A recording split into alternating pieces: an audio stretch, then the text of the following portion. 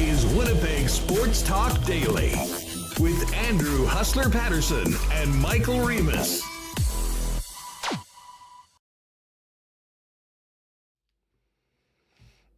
Hey, what's going on, everyone? Hope you had a great weekend. Welcome to a Tuesday edition of Winnipeg Sports Talk coming out of May Long. We've got lots to get to today. More on the Winnipeg Jets head coach search. The Bombers in preseason action yesterday, taking an L, a rare L in Saskatchewan, but if they're going to lose one, make it be a game that means absolutely nothing at the beginning of the preseason. And the Final Four in the Stanley Cup Playoffs are set after Edmonton's big win last night, 3-2 in Game 7 over the Vancouver Canucks. We're going to be all over it today. Starting off with Brandon Rewucki of Skates and Plates. We'll get to a little bit of NHL talk, a little bit more on the Jets coaching search after hearing the latest update from Elliot Friedman and a couple of the other insiders. We will also talk about Bombers right now coming out of yesterday's game, where many of the Bombers' top starters did not even make the trip to Regina. Jeff Hamilton of the Winnipeg Free Press is going to come by. We'll also get Jeff's takes on everything happening with the Jets offseason and the Stanley Cup playoffs as well. And I figured today, it had been a minute since we've had my partner on the lock shop, Dustin Nielson from EST, come on. He referred to last night as the clench and clinch last 5 minutes of the game. So we'll talk a little bit about the Oilers win with Dusty. A look ahead to the Dallas Stars series as well, and certainly get his thoughts on the upcoming Canadian Football League series. Assiniboia Downs is back. Yesterday, of course, there wasn't a show, so today we're doubling up our favorite plays at Assiniboia Downs tonight for live racing, which gets going at 7:30. And of course, the Goldeyes are back. It is home opener night today at the ballpark. Not the greatest day, but as long as the rain stays away, it should be a nice night to get back out to the newly named Blue Cross Field. And the Goldeyes are back at home, so we will hit on that a little bit later on today. But busy week. We've got the opener for the Goldeyes tonight. Sea Bears coming up on Friday. And, of course, much, much more. Listen, just before we get Remis in here, welcome to everyone listening on the podcast. Oh, by the way, don't forget, Connor Rabchak did put up yesterday the final Jet. He was always doing the Jets weekend reviews, which were very popular on Monday mornings, the Jets season in reviews. So if you missed that, make sure to check it out. Hardest working player is 3 stars of the year, and everything's sort of wrapping up the season for the Winnipeg Jets as we now focus on the offseason and the upcoming draft week and draft month, really, in Vegas. Shout out to everybody in chat. Great to see you all. Hit that thumbs up button if you haven't already. And a big thanks to all the sponsors that make Winnipeg Sports Talk happen each and every day. Friends at Rolly's Transfer, Coolbet Canada, Princess Auto, Consolidated Supply, Modern Man Barbershop, Canadian Club, Manitoba Battery, Little Brown Jug, Wallace & Wallace, F Apparel, Aikens Lake, Hoagie Boys, and the beer can, the Winnipeg Goldeyes, Assiniboia Downs, Breezy Bend, Royal Sports, Boston Pizza, and we will get to a why not question of the day for our friends at Not Autocorp over at Waverly and McGillivray. Let's get Remis in here. Remo, are you refreshed after 3 days off? How was your long weekend?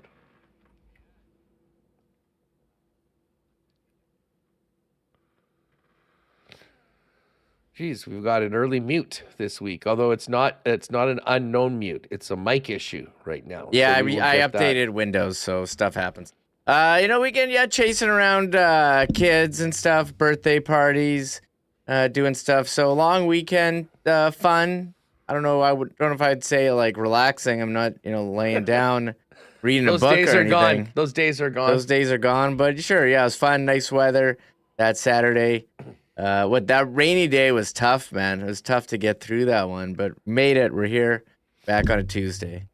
Yeah, it was a fun weekend. There was lots of great sports. I mean, Saturday, with that Game 6 that the Oilers absolutely had to have, which set up the Game 7 last night, was nice. And then Sunday, and I know we don't spend a lot of time talking hoops, maybe until we get to the NBA Finals, but I was quite invested in the Denver Nuggets, and for the Nuggets to blow a 20-point lead at home in Game 7 was absolutely devastating. Although I think there's probably a few T-Wolves fans. There's lots of people around here that sort of support the teams from the Twin Cities just because of proximity. Very exciting team moving on. But let's face it, the focus last night was on Game 7, and I know we'll spend a little more time talking about this with Dustin later on, and I'm sure the guys when they join us over the next little bit, Remo, but that was close. It should not have been as close as it was. And it seemed like the Oilers had essentially won the game. And then one bad turnover ends up in the back of your net. It's 3-1. Another one goes in. And that was a white-knuckle ride right to the final buzzer for the Edmonton Oilers.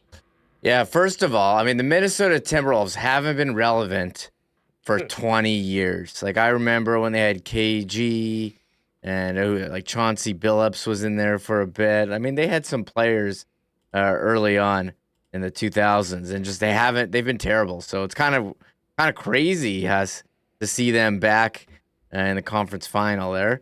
And yeah, I mean, Vancouver, that game was a no-show. I mean, I saw Mike McIntyre tweeting, where's the Canucks pushback here? And they definitely had some in the third period, made it close, made it a 1-goal game. Shout out to Shelovs who stepped in, and he was great, but he was awesome. Yeah. I mean, to me, he was the big story. Listen, going into the game, the loss of Brock Besser, brutal news. I mean, blood clots, out for the playoffs, unable to go with his team in Game 7. And listen, I know the circumstances were very different from the way the Avalanche lost in Chushkin in Game 4 of their series against Dallas, but it seemed to have sort of a similar effect. Like the Canucks were grinding, they were doing everything they could, but I mean, credit to Edmonton for the way they played defensively. But you're right. I thought Edmonton did a great job of blocking shots too. Like even when it was like 12-1 at some point, you thought, it doesn't seem as lopsided as the shot clock would tell you.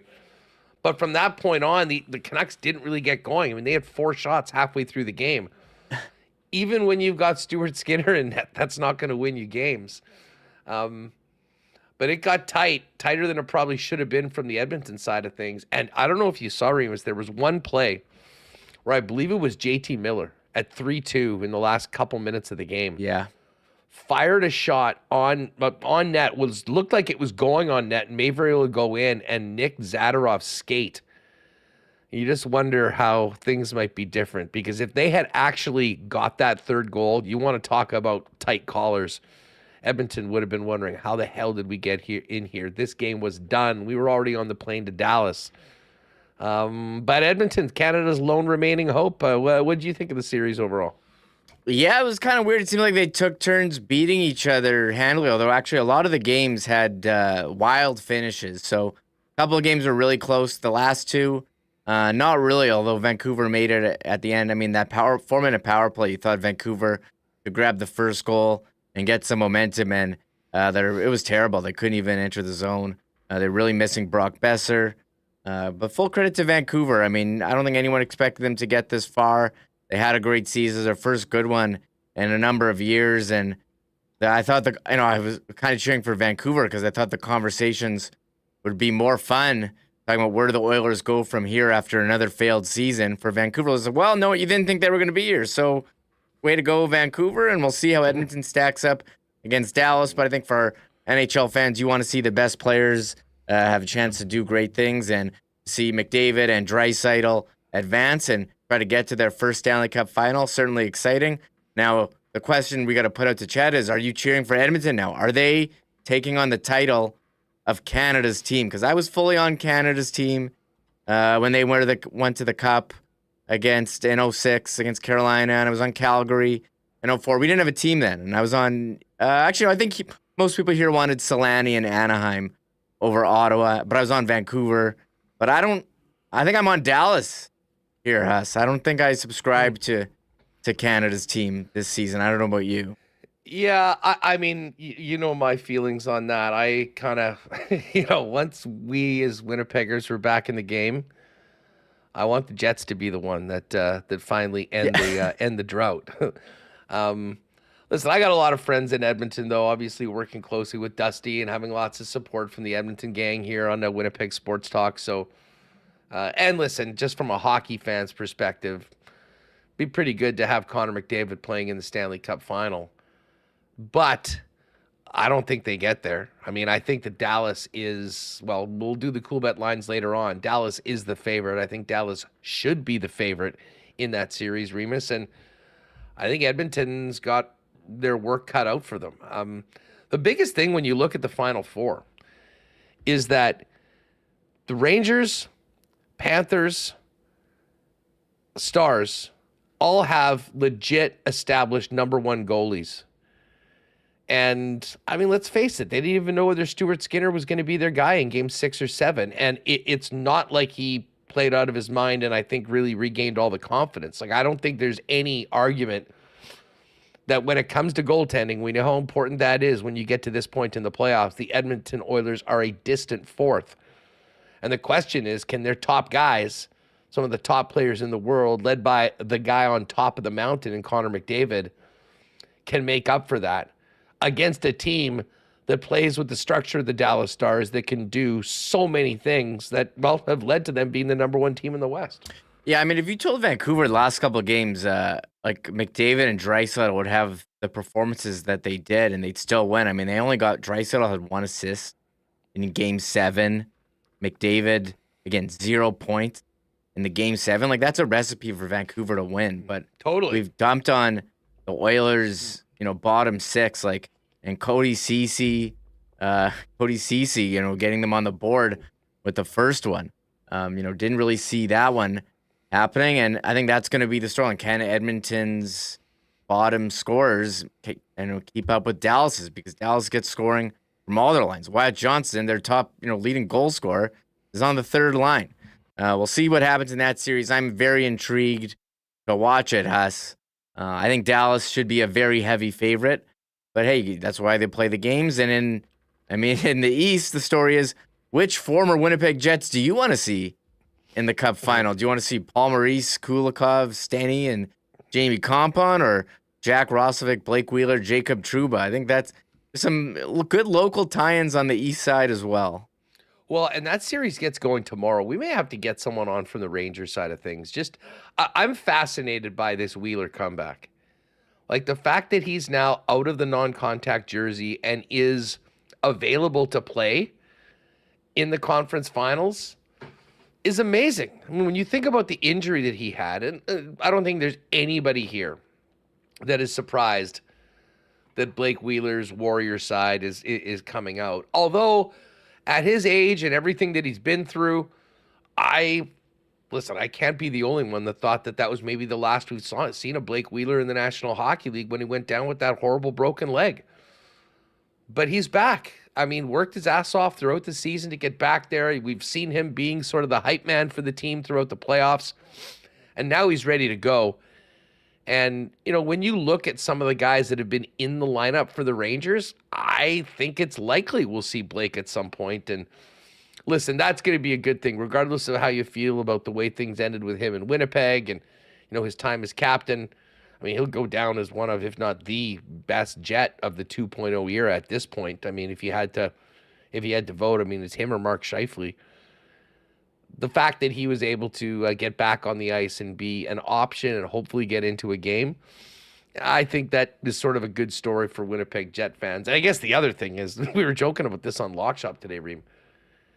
Nobody benefited from the NHL trade deadline this year more than Jack Roslovic, who went from the doghouse half the time in Columbus to the top line of the New York Rangers and is now playing in the conference finals. And he's been productive. He's been solid. They were kind of rotating a bunch of guys. Actually, Blake Wheeler up there for a bit with Zibanejad and Kreider. He's hurt. So Jack Roslovic, they go to trade him. And yeah, he's played well. I think he's struggled with consistency throughout his career. I mean, sometimes in Columbus too, he'd be top line. The next game, he'd be healthy scratch. He'd be bottom. But he's found a spot there with the Rangers, and I imagine goal scoring going to be much lower in the Eastern final than the West, with Shesterkin, who's been unbelievable, and Bobrovsky as well. So I'm intrigued, and a lot of intrigue. That one gets going Wednesday, the West Thursday, and yeah, which former Jet do you want to see And yeah, Well- Blake Wheeler's, he's practicing. So yeah, it would be crazy if he gets in. And there's an article in The Athletic about his return, Huss. And Peter Baugh says Rangers teammates called Blake Wheeler a, quote, unbelievable human being in his perseverance to get back. That's quite a line there. Hey, he worked so hard to get back, and I think that. Well, here, let's do the why not question of the day right now for Not Autocorp over at Waverly and McGillivray in the chat. Remis sort of laid it out. Major jet connections on both sides of the East Final.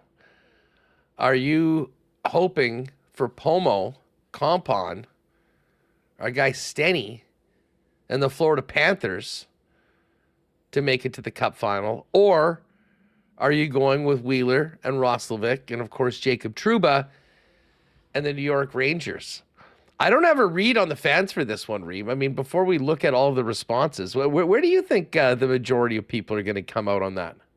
I think Paul Maurice has endured himself to a lot of fans with the post-game availability of so many great memories here of that. And he's been in the NHL for a long time. He went to the Cup final with Carolina, 2002, and they lost. And, they went last year and lost, and this is his chance to get back again. I think it will be a great story, and I think Paul Maurice has got a lot of people on his side with how he's done these post-game, stand-up comedy routines, post-game oratory. I don't know what performance art. Performance art is what Paul's up to right now. I mean, hey, let's put up a poll if you can. Okay, what's the poll here? Poll right now. Okay, I wasn't sure if you wanted 4 teams or just East. No, Rangers versus Panthers. Who are the Jet fans on? Okay. Are they rolling? Are they going with Pomo? Or are they going? So Reggie Dunlop, I do not want to see Paul Maurice win. Ben Howard says wheels all the way. Who else do we have here? Okay, this is okay. I put up the poll. Who do you want? Just straight up, who do you want? Yeah, vote in here. I want to see where people are at. Phyllis is going with Florida. Yeah, Bridget, poll. We got the poll. The poll is happening. Maurice and Barkov and Montour, likable guys, but Sam Rosen rocks. A vote for Sam Rosen and the Rangers from one bird. Of course. Needless to say, he'd have an interesting run at it. Rick Buck, Rangers have cups. I'll pass. And yes, this is just the evens. Ian Vivian, Paul Maurice is a joke. Not a fan. FFLA from BA Split. I think this might be the Rangers when it it's all close. Earlier on, Les Thompson cheering for Florida, but for pool consideration. Speaking of pools, I don't know if you had in the notes, we're midway through the bracket challenge. And Yager's mullet leading the way right now. Yeah, I did a bracket challenge. The playoffs happened so quick, so not everyone could get in. And one thing about the 4 finals, we're going to have a team that's won for the first time in 25 years or more. Dallas winning the most recent, Florida having never won. Rangers 94, Edmonton 90. But here's our bracket, Huss, and I'm up there, but I had Carolina to win, so I'm gonna be dropping off, unfortunately. But shout out to Yager's mullet as I bring it up here.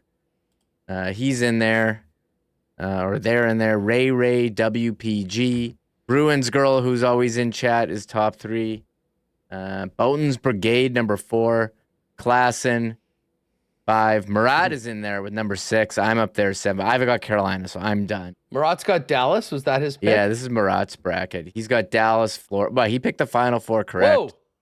Murat.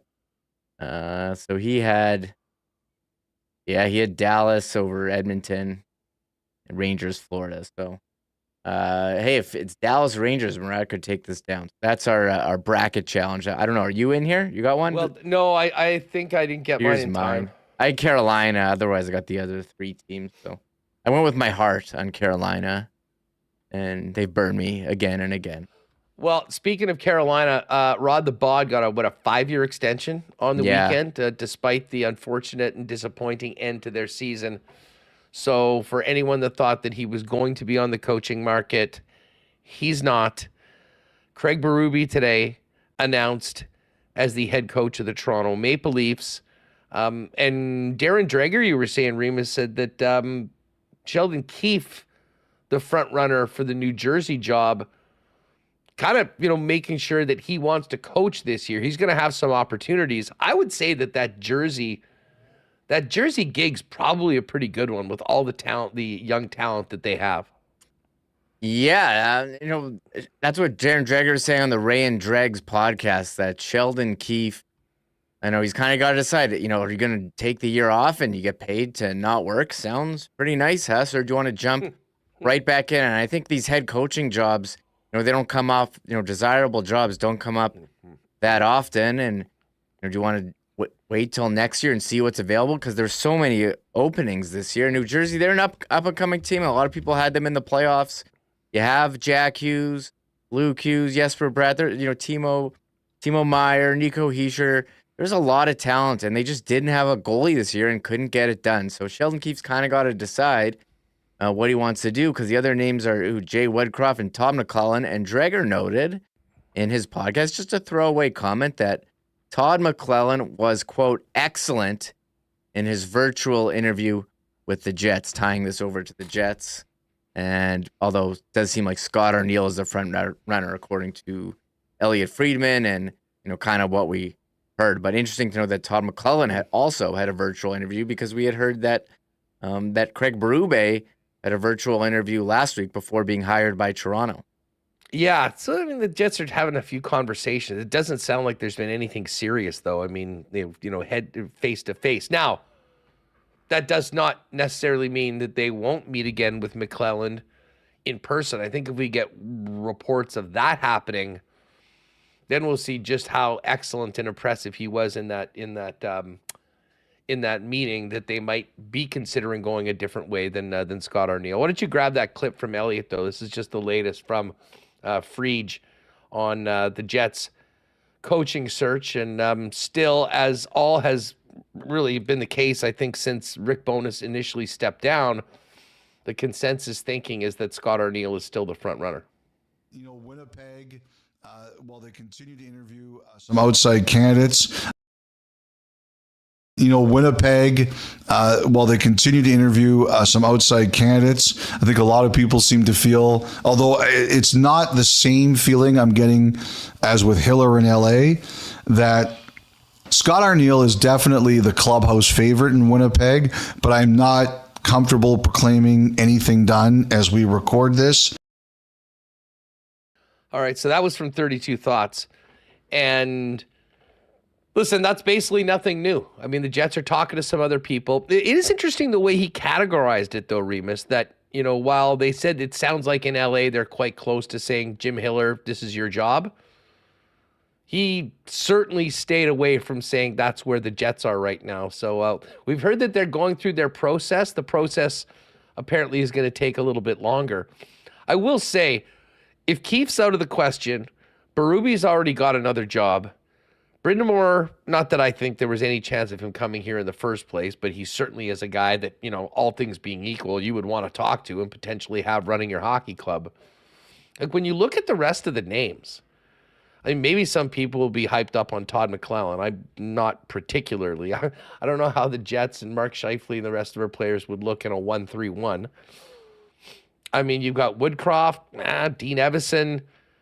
Don Granato just got fired by the Buffalo Sabres. That doesn't really, I think, drive people forward. Dave Hackstall as well. Lane Lambert, who got fired from the Islanders. David Quinn, who just got whacked from the Sharks. DJ Smith. These are all guys. I'm not sure that any of those individuals really turn the crank of Jet fans as much. There's not one guy that, there's not a Barry Trotz like there was 2 years ago that everybody agreed would clearly be the best choice for the Winnipeg Jets. There is an internal candidate that has a lot of positives going forward for him. Other people say they should be going outside, but I don't know about you, but is there one name of those names that I mentioned before, or someone that's not, like Todd Nelson's still coaching in the Calder Cup playoffs? So maybe that's what really needs to happen. Hershey needs to be out or finished, and then they'll have that spot. But I mean, I don't really see anyone that would have a massive public support on top of Scott Arniel of the names that I just threw out.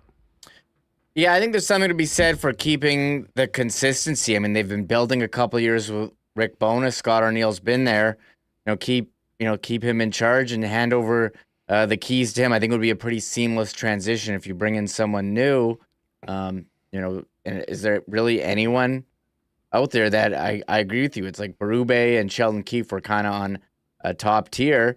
And is there anyone else out there that is like that? And I don't think there is. The Barry Trotz that was out there. And I was talking to someone about like our biggest shows ever. And I'm like, yeah, you know what? One of the biggest ones actually was when Barry Trotz got fired. Everyone just seemed to know From New York. That was a wild, to come here and speculate. I don't know. It's kind of funny how it worked that way, but I just don't see the same thing. I think Dean Evison, he had some success in Minnesota, but I don't know. It seemed like they're destined to hand over the keys to Scott Arniel and see if he can keep the car moving forward the way it had the last couple of years.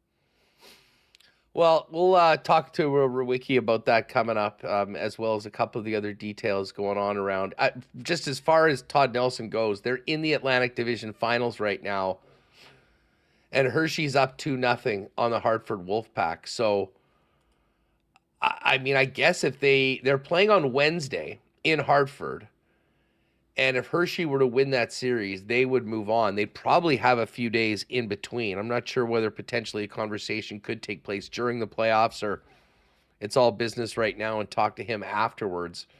But other than that, I will say this. I was quite happy that there was no massive breaking news over the course of the weekend, Remis. It was very, very quiet, May long, and now things are getting kind of back to normal. Everyone's getting back to work, and as well as the insiders, and maybe we'll have a little bit more info on what's happening behind the scenes with the Winnipeg Jets, who are notoriously tight-lipped with everything that they do. Yeah, we joked on Friday about it was July 1 when they announced that Rick Bowness was going to be the head coach. Thanks, we were both away from service. It was October Thanksgiving weekend. They announced Scheifele and Hellebuck extensions. You famously were in the produce aisle of a Target. So what was going to happen on May long weekend, and I know Toronto's news about Craig Berube leaked Friday. They got to talk about that on the broadcast for the games. But yeah, thank you, Jets, for not announcing anything on May long. Do it like on a Wednesday or something, or a Tuesday. We'll wait and see. But it seemed that the insiders were saying it was going to happen sooner than later. I don't think we're going to be waiting till July 1 again. I think it's going to be, sometime in advance of this year's NHL draft, which is at the end of June. Don't worry, we haven't forgot about the Bombers. We will get into their preseason opener yesterday, a 25-12 loss to the Saskatchewan Roughriders. Jeff Hamilton's going to join us coming up at the top of the hour. We'll also hear from Mike O'Shea and a little bit of Chris Streveler, who was one of the highlights, had a nice stat line, starting the game and playing a couple series.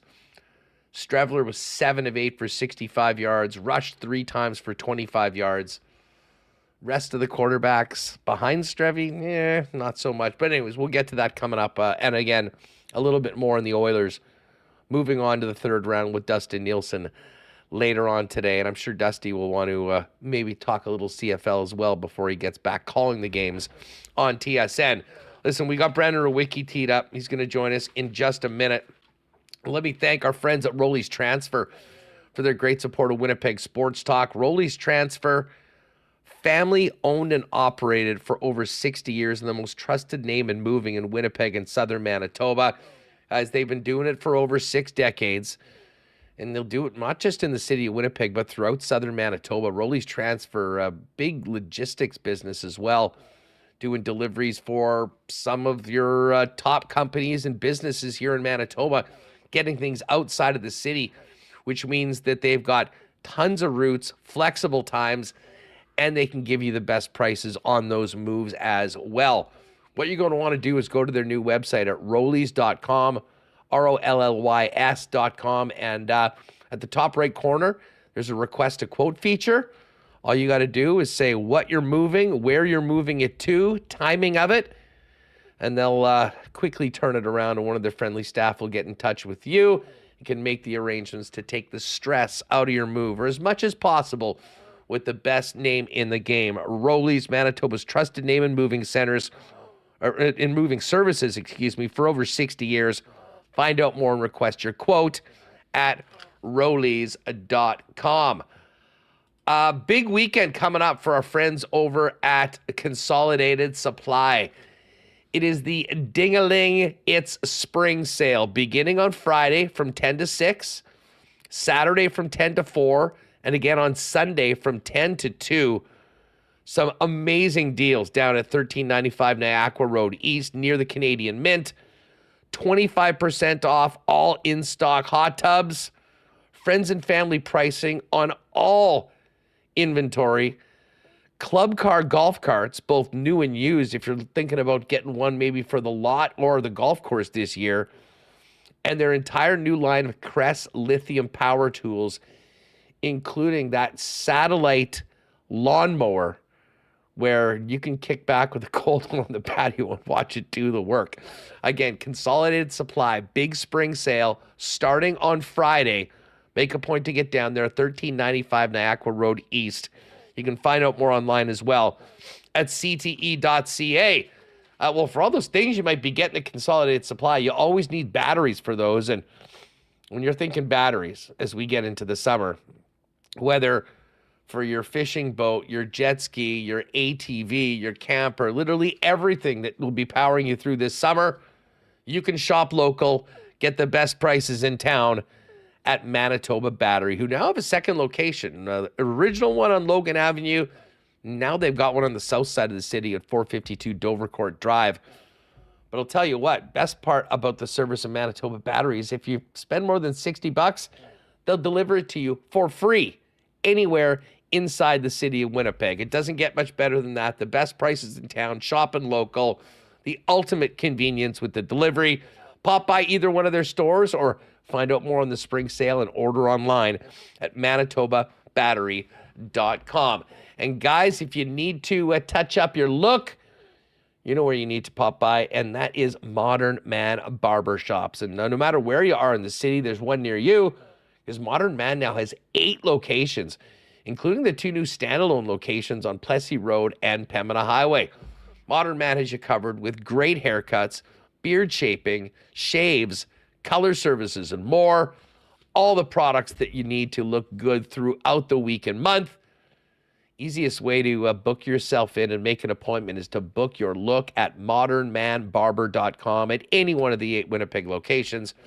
You can also give them a follow on Instagram over at Modern Man Barbershops. All right, let's bring in Brandon Rewucki from the Skates and Plates pod. B, what's going on? How was your long weekend? Long weekend was good. It was unfortunately a normal sized weekend for me because American companies don't recognize Canadian holidays, which way she goes sometimes. So I'll have a nice long one this upcoming weekend, but I still got I was out at the lake, the old man's birthday, so we just kind of consolidated a 3-day long weekend into 2 days. Love it. Yes, and you will be on the right side of that equation for Memorial Day coming up, and you'll get the 4th of July instead of which actually this year will be great because the 4th of July is a Thursday, which basically means you're getting Thursday and Friday off. I might have half of July off. Like the American, they know how to celebrate independence. So July's going to be a good month. July's a great month. November's a great month because, again, they know how to do Thanksgiving. It all works itself. Hey, listen, I'm going to do a Breezy Bend golf report later on, but just before we kind of dive into the hockey stuff, how about that PGA Championship? Ooh. Xander Schauffele finally gets it done and needed every one of those birdies on Sunday. A 65 to win by 1 over Bryson DeChambeau, who I think did more to boost, to maybe make fans or turn people around that didn't have a good opinion of him with the way that he played and just how into it he was. He was fist pumping everywhere and played his ass off, falling one stroke short. Yeah, Bryson's image was the second best winner over the weekend out there at Valhalla. But I mean, it was outstanding, and then crazy how Valhalla, it always seems to happen there. Like it may not be the best run of the major championships, but as far as endings go, they seem to kill it every time. So I was happy for Xander. I mean, it's overdue for him, and I mean, he had to earn every inch of it. You're right there. I was a little bummed that my pre-tourney pick, Morikawa, just faded again for a second straight Sunday at a major. I was giving you props throughout the tournament, and then Sunday, he couldn't putt. Yeah, I mean, he was hitting all the greens. It was just tap in after tap in and staying where he was. And when everyone else is playing it the way they were, Victor Hovland and Bryson and Xander, he ended up finishing a distant run. But for Xander, and we talk about, into the Stanley Cup playoffs, teams that, get to a certain level and lose and get to a certain level and lose. And sometimes you have to lose before you really learn how to win. It seemed like that was the case with Xander, and we were just talking about majors. I mean, he hadn't won in the last couple years, which was nuts because he was always in second. He was always on the leaderboard, but he finally broke through. And you wonder what this means for his career moving forward. Yeah, it's always funny any sport really, but golf in particular, that a guy can't win and he's a choker and he can't get it done until he gets it done. And then he just completely changed. Now he's, Xander can get it done in the clutch. But I mean, the crazy thing too is that it wasn't like he shot, like you said, a 70 and the rest of the field just kind of faded away. Like he had to bury a bunch of putts. And then of course the big one there. But again, it's funny too, because literally a quarter inch to the left, that putt lips out. And I mean, I don't know how much momentum is a thing in golf, but it would have been hard to envision Bryson not winning that playoff against Schauffele. So it's very fine margins, but Schauffele seems like a good dude. Always good to see a guy get his first major. And especially with how he's played in mental. I mean, he did win an Olympic gold medal too. It's not like that's nothing to scoff at. But you always wonder when a guy wins his first, is that the catapult to 2, 3, 4, 5 majors? Or is it like a lot of other golfers that we see where it's just one and done? And it's tough because the fields are just so damn good these days. Well, he's good enough to do it. As he said afterwards, he still has to close a massive gap between he and the guy at the top and Scotty Scheffler. As long as he manages to stay out of jail. Charges not being dropped. Like, this is something that he's going to be dealing with for the next little while, which I know was reported on the weekend that it was just going to go away. That's apparently not the case. So it was a great weekend at the PGA Championship. And Olympic golf is going to be fun. He's pretty much in for sure. Corey Connors, I think, did himself a big service to join Nick Taylor on that club, being the top Canadian this week with a great final round.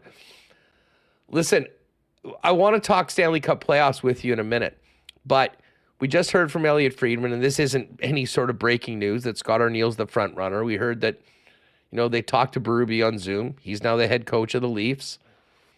Apparently, Dreger said that it was an excellent interview for Todd McClellan.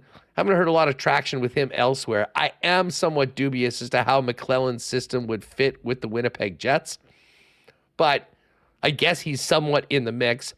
But Arnie's still the favorite. I went through a bunch of the other guys that had just moved out. Like, to me, Todd Nelson's still a really intriguing name. He's still busy right now with the Hershey Bears. But I have to admit, like, even if you're not totally sold on the move to Arniel, it doesn't seem to be, like as I said before, there's no Barry Trotz out there that everyone is praying that that's the guy they need to get. A whole bunch of guys with probably some pros and cons. And if that's the case, I think that makes Arniel even a more attractive, attractive to the folks that are making the decisions. Yeah, and I mean, I think it's pretty clear that the Berube Zoom thing was because he had the Leafs job in his back pocket, and it's like, we'll talk, but I don't think this is going to go in the direction that either of us are expecting it to. So we'll have kind of a chat about it, but it's not going to go much further than that. But again, I wasn't really expecting or anticipating Berube to come to Winnipeg, knowing the Torontos, the New Jerseys, or maybe more high-profile options than what's here in Winnipeg. I don't know. I kind of feel like it is a two-man race right now, Huss. I think we're either going to see Todd Nelson or Scott Arniel become the next head coach of the team. It's hard to argue against somebody saying that Arniel is the front runner at this point. But I would also say, like, if you were leaning towards giving Arniel the job, like, would you wait however long it's going to take for the Calder Cup to finish up to speak with Todd Nelson? Like, I wonder if there is a little bit more than just legitimate interest from the Jets side of this. And I spoke about this with you when we talked about coaching options. I think Todd Nelson for any team in the NHL would have been a tremendous fit. Like, I think he's a hell of a coach, and he just wins. I love coaches that win. I think every team should love a coach that wins and find those guys to be their bench boss. That's a great attribute to have. Being a winner. Yeah, like you can say, I want a guy to develop the youth. I want a special teams. I want a 5-on-5 system that is similar to Carolina. Okay, well, can a guy get us 52 wins every year? Well, let's just put him behind the bench and do whatever he tells us to do. So I don't know if I have like a percentage right now. Maybe 60-40 Arniel Nelson. Again, my whole thing about this all along has been that I just hope the Jets aren't doing a quote-unquote sham coaching search where we'll, interview candidates and we'll speak with different people, but we've got the decision in the bag. We already know until what there's we're doing. Something in person. I'm sort of with you on that. I mean, hey, listen, you would expect them to, talk to everybody, and if there's a reason to take it to that next step, you do that. But if you kind of know what you're thinking already and you have a plan, it really seems like it's the onus on somebody else to come out and blow them away. I mean, as I said, Drager reported that it was an excellent interview for McClellan, whatever that means.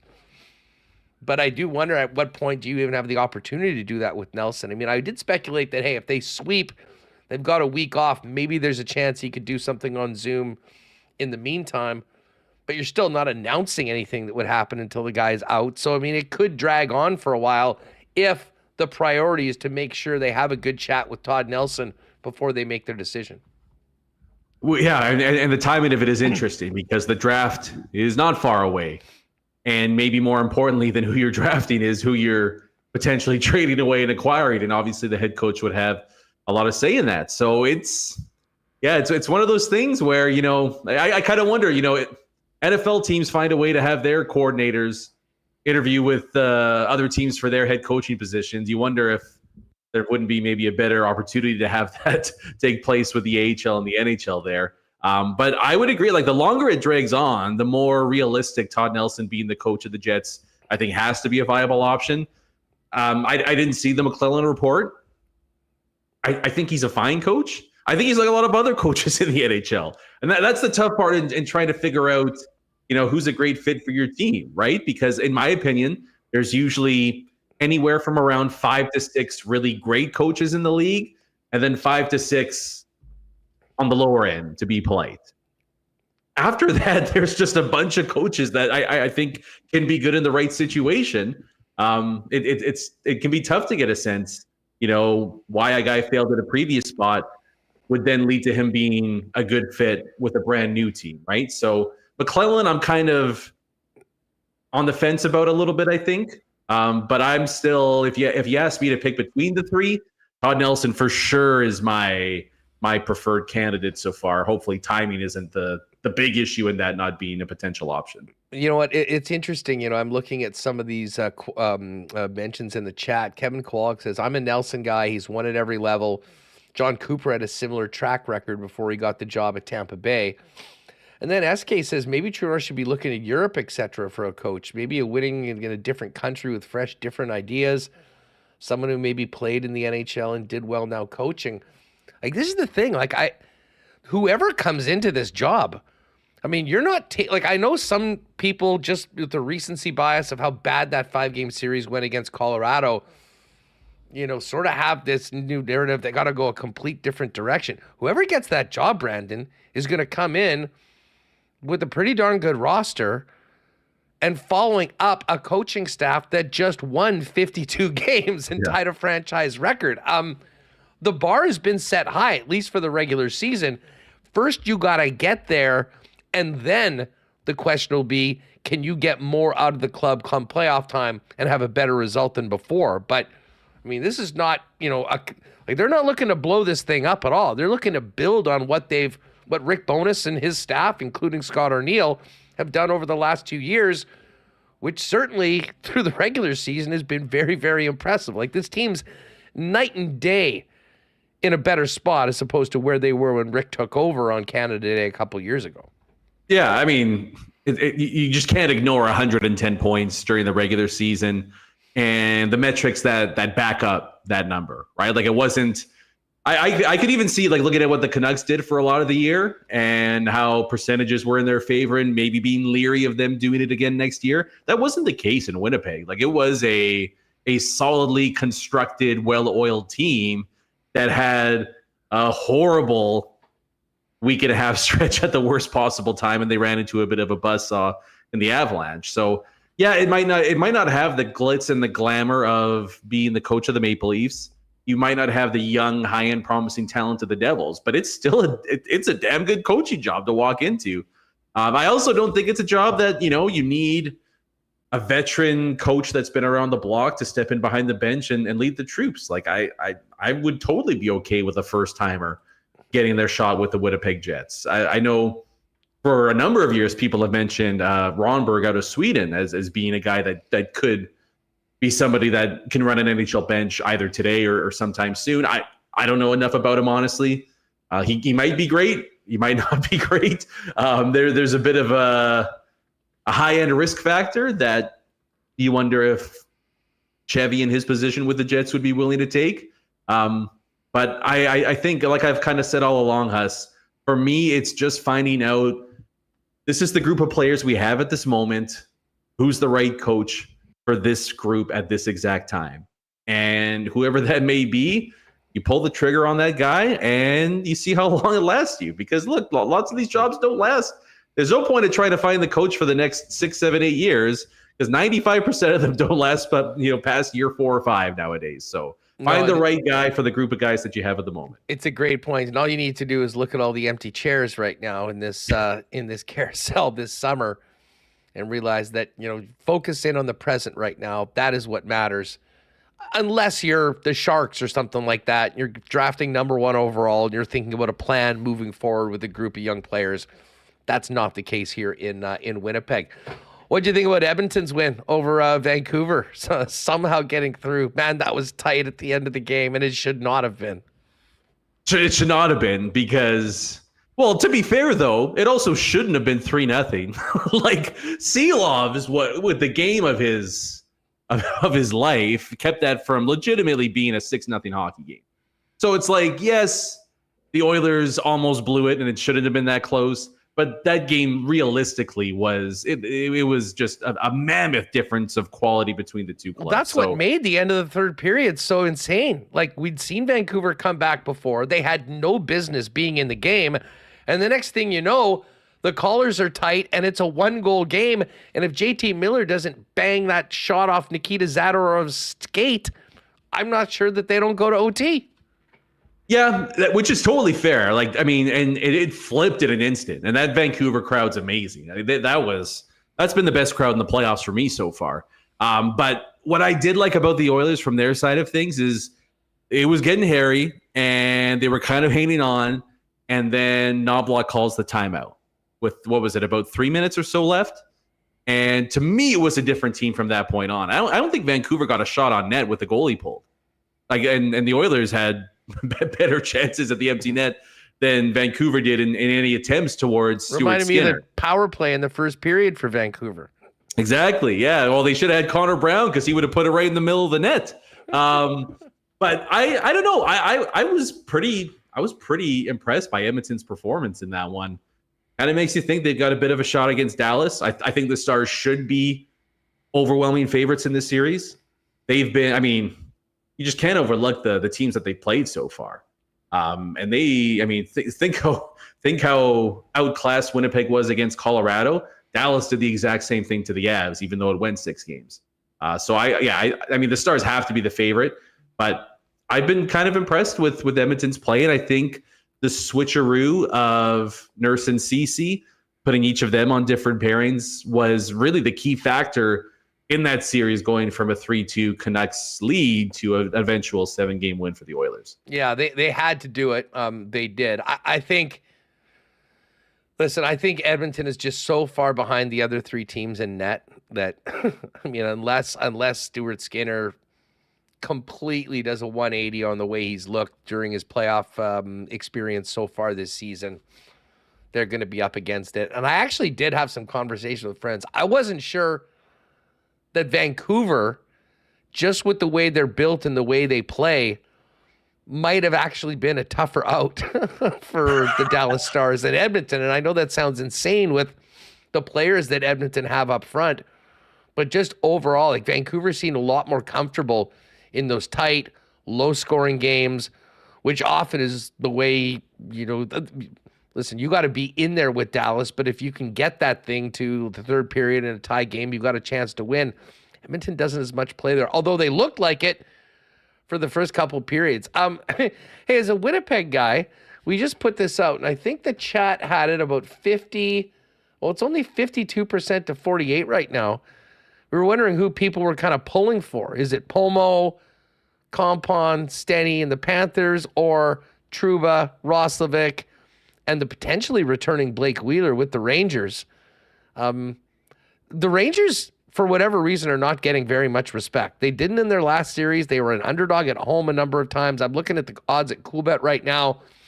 You got Florida, Dallas, Edmonton, all tight, and then Gap, and then the Rangers. Well, why are the Rangers this big underdog compared to the other 4 teams left? Because they haven't been watching the Rangers play. I don't know. I mean, look, Carolina is a great hockey team. I thought the Rangers were the better team in a tight series for about 70% of it. And yes, they've got. You know what it might be, Huss? Maybe it's the curse of the elite goalie. I feel like teams with elite goalies almost get pushed aside their results and how they play because it's they just have a great goalie. Well, one, no shit. That's the whole point of having a great goalie. Why are we being penalized for having a stud in between the pipes? But I think it totally overshadows how well the Rangers have played 5-on-5. Not to mention their elite special teams. Yes, in 82 regular season games, you'd rather be a great 5-on-5 team as opposed to a great special teams. But come playoff time, you know what? The margins get tight all around 5-on-5. Power play and penalty kill are the difference a lot of the times. And New York's is justifiably great year in, year out. This is not just, a power play group that was 25th in the NHL during the regular season and got hot right now. They've always done this. So I can understand skepticism on teams that beat the percentages for a single year. But when the same group of players do it for 4 or 5 years in a row, maybe there should be an acknowledgement that you can't judge them based on the same parameters as other teams. So I just think I think Rangers Panthers is going to be the series of the playoffs. I don't know who to pick. I really don't. It's so close. And I don't even know who I want to win either. I got one of my best buddies is a Rangers fan, so I don't want to see him all mopey all summer. So maybe the Rangers, either the Rangers in 7 or the Panthers in 4. Either just end it quickly or the Rangers move on. One of those two. Man, great chat as always. Are you still kicking things out on skates and plates? What's the sked for the next little while now that the Jets are done, but we've got playoff hockey continuing? Yeah, we'll still have episodes. Should still be a little bit different this week because of the long weekend, but should still be 2 a week, usually Tuesday, Friday. And plenty of off-season talk to get into. So actually, he's almost heating up a little bit over the next month or so. So, yeah. We're going to have lots to talk about as we get closer to the draft in Vegas. And obviously staying all over whatever we're hearing about the Winnipeg Jets head coaching search. Brandon, thanks as always, man. Great to have you on the program. Thanks so much. We'll talk soon. Good stuff. There is Brandon Rewucki, skates and plates, wherever you get your favorite pods. And make sure you are subscribed. Definitely had a few of these on the weekend. A huge thanks to our friends over at Little Brown Jug Brewing. You train day in and day out, learning new techniques, approaching new concepts, and living out the thrill of achieving your goals. Building a craft beer is no different. While you spend your hours on the ice, we spend ours here. brewing our trademark beer. Again, and again. Here's to pushing the status quo and challenging ourselves to build something memorable. 1919 by Little Brown Jug. Oh, big thanks to our friends at Little Brown Jug. And yeah, might be time for a generic or a 1919 at the ballpark tonight for the Fish home opener. Get to that a little bit later on. Hey, folks, if you need a new fence this summer, might I suggest you get on that and call the experts at Wallace & Wallace, the leaders in fencing and overhead doors, serving residential and commercial customers since 1946. Listen, if your property needs the security and protection of a new fence, or if winter did a number on your old one, give them a call. They've got you covered with vinyl, ornamental, welded wire, chain link, or wood fences. Something perfect for your property. And if it's time to replace your garage door, they also have Winnipeg's largest selection of overhead garage doors. Give them a call, 452-2700. The Wallace & Wallace team will arrange a time to come out and give you a free estimate. You can also visit them at wallacefences.com or pop down to their showroom on Lowson Crescent off of Kenaston. Guys, as we head into wedding season, if you have been tardy on that and need to up your menswear game, might I suggest you get quickly over to F Apparel at 190 Smith Street downtown. Custom suits beginning at $400, along with chinos, golf pants, custom shirts, both tucked and untucked styles, and an incredible selection of menswear accessories. If you're in a wedding party, talk to the guys about a 15% discount when the fellas get their suits for the big day at F Apparel. You've also had a great promo right now if you need a new suit for a high school graduate getting ready for their big day in June. You can find out more at 190 Smith Street downtown or online, as well as you can make an appointment there to come in for a fitting at F. That's EPHapparel.com. Big prep weekend at Aikens Lake on the last few days. The crew out there getting ready to welcome guests in for the 2024 fishing season. If you have been thinking or wanting an incredible fly-in fishing experience here in Winnipeg, where you can be on the water in less than 2 hours from the city of Winnipeg, Aikens is that spot. Perfect for corporate retreats and events, as well as friends and family trips, or getting the fellas together for that one special few days of the year. As great as the fishing is, the hospitality even more world-class at Aikens Lake. You can find out more at aikenslake.com. And check out them on all of their socials at Aikens Lake. I hope to be appearing on one of those socials later on with a master angler after we head there later on this year. And hey, 3 cheers to our friends at Canadian Club, Canada's favorite Canadian whiskey. We will be looking forward to having a few CC and ginger ales and, everything else the Beam Suntory family has waiting for us. The Rum Hut and more coming up. We don't even have to wait till June. Princess Auto Stadium first Bomber exhibition game is on the 31st of May. And then the season gets going a week later on with the Montreal Alouettes coming to town. Canadian Club, proud sponsors of the Winnipeg Blue Bombers and the official spirit of the club, available at Princess Auto Stadium.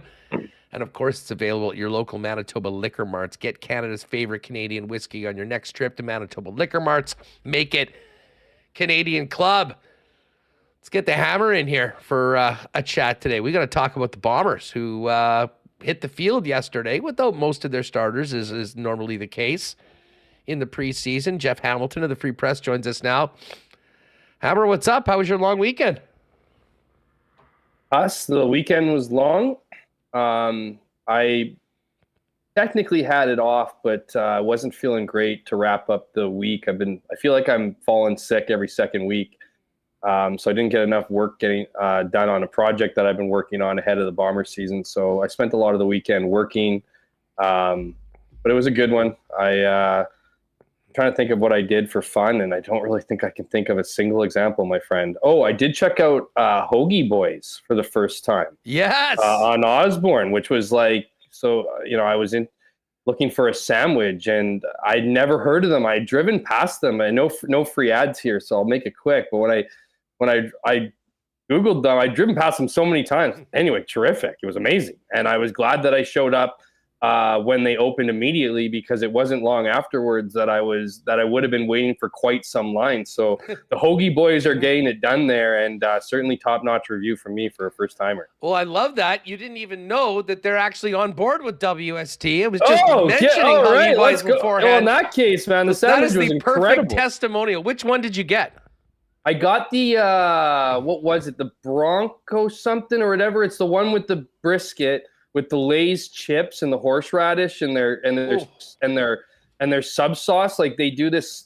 I don't want to butcher the language, because I know sometimes this is important, but they marinate their slaw in this, what I have to believe is liquid meth, because I wanted to go back there immediately afterwards and taste some. Now, that's, I've never, just to be clear, I've never tried that before, the meth, that being.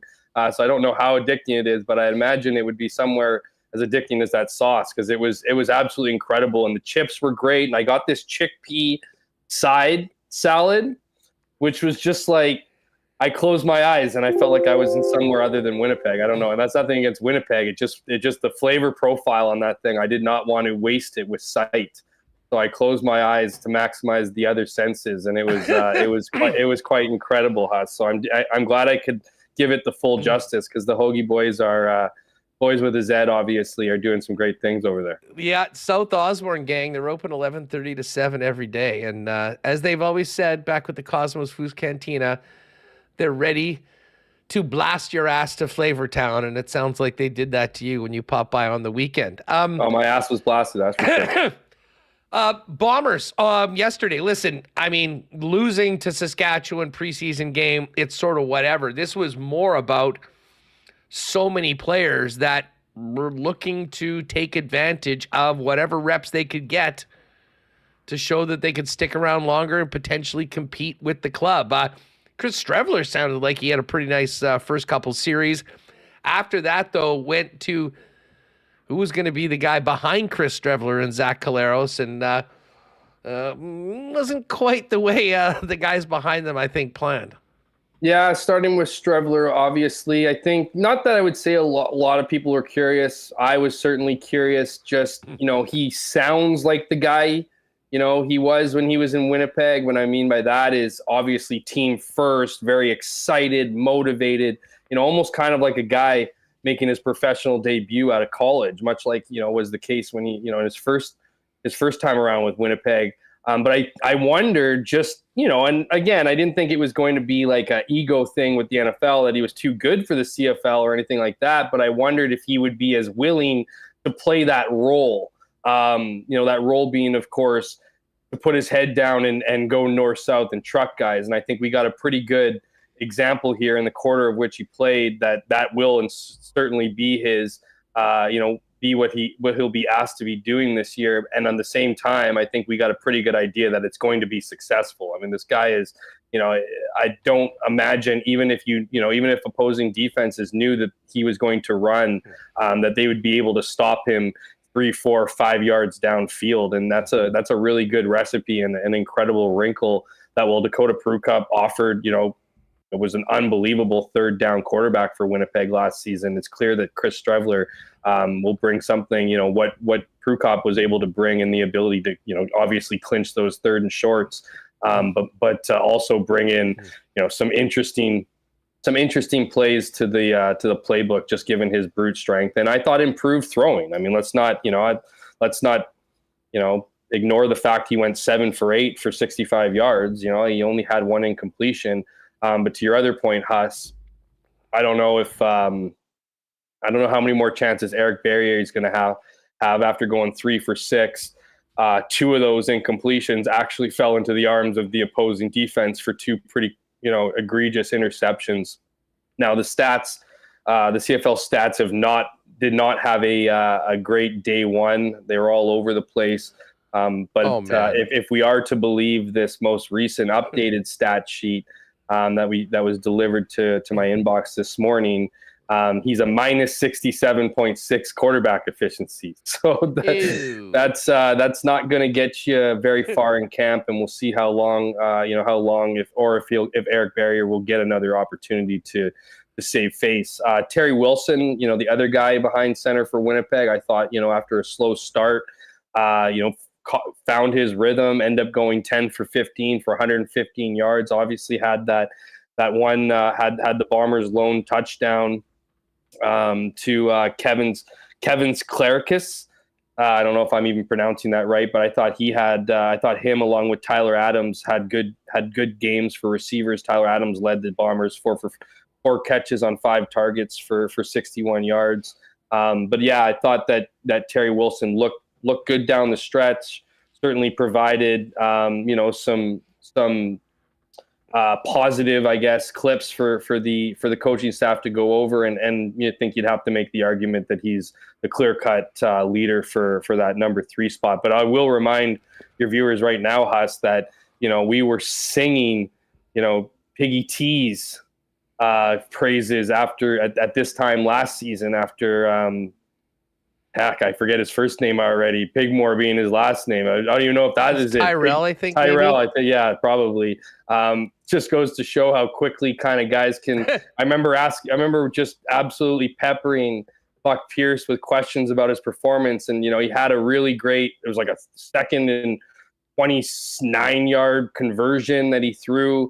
A bullet down the middle. He ran for another big touchdown run, I believe, and sure enough, he was on the Ottawa Red Blacks roster the following week after being released. So it's tough to kind of that's not just the case with the quarterbacks. It's the entire roster. It's tough to determine what exactly a great performance might lead to, but we can certainly look at not so great performances as spelling the end for a lot of guys. Well, I mean, as far as barrier goes, listen, I mean, you have so precious few reps in game action to show what you can do. And if you get out there first, complete 50% of your passes and throw 2 picks for that minus 67 number, as you mentioned, pretty tough. And listen, Wilson came in again. Who was he playing against? I mean, maybe there was a bit of an advantage being out there in the second half. The numbers certainly looked a lot better. He got their only touchdown. But I guess, as much as we're talking about the third string QB, like in the past, that third string QB has always been the short yardage QB. This year, I can't possibly see a scenario where Strevler is not that guy. So, I mean, the third string guy might be like a holder for kicks as much as anything right now. It's hard to imagine it not being Zach and Strevler pretty much 99% of the time under center this year.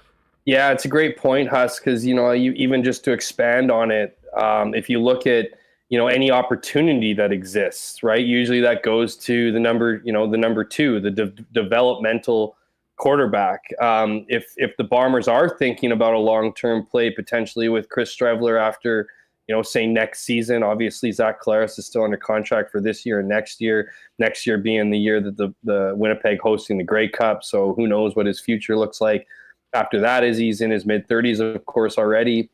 But if Chris Strevler is that option, then you're going to be inclined, I think, to give him as many reps as possible. Now that being said, you also have to think about how much Chris Strevler will factor into the playbook week in and week out. If he's getting ample opportunity to show what he can do, to throw the ball, to be that guy that stays on after short yardage attempts for 1 or 2 more plays, which I imagine would be certainly something that Buck Pierce hasn't shied away from, and would be borderline dumb to not exploit that with Chris Strevler.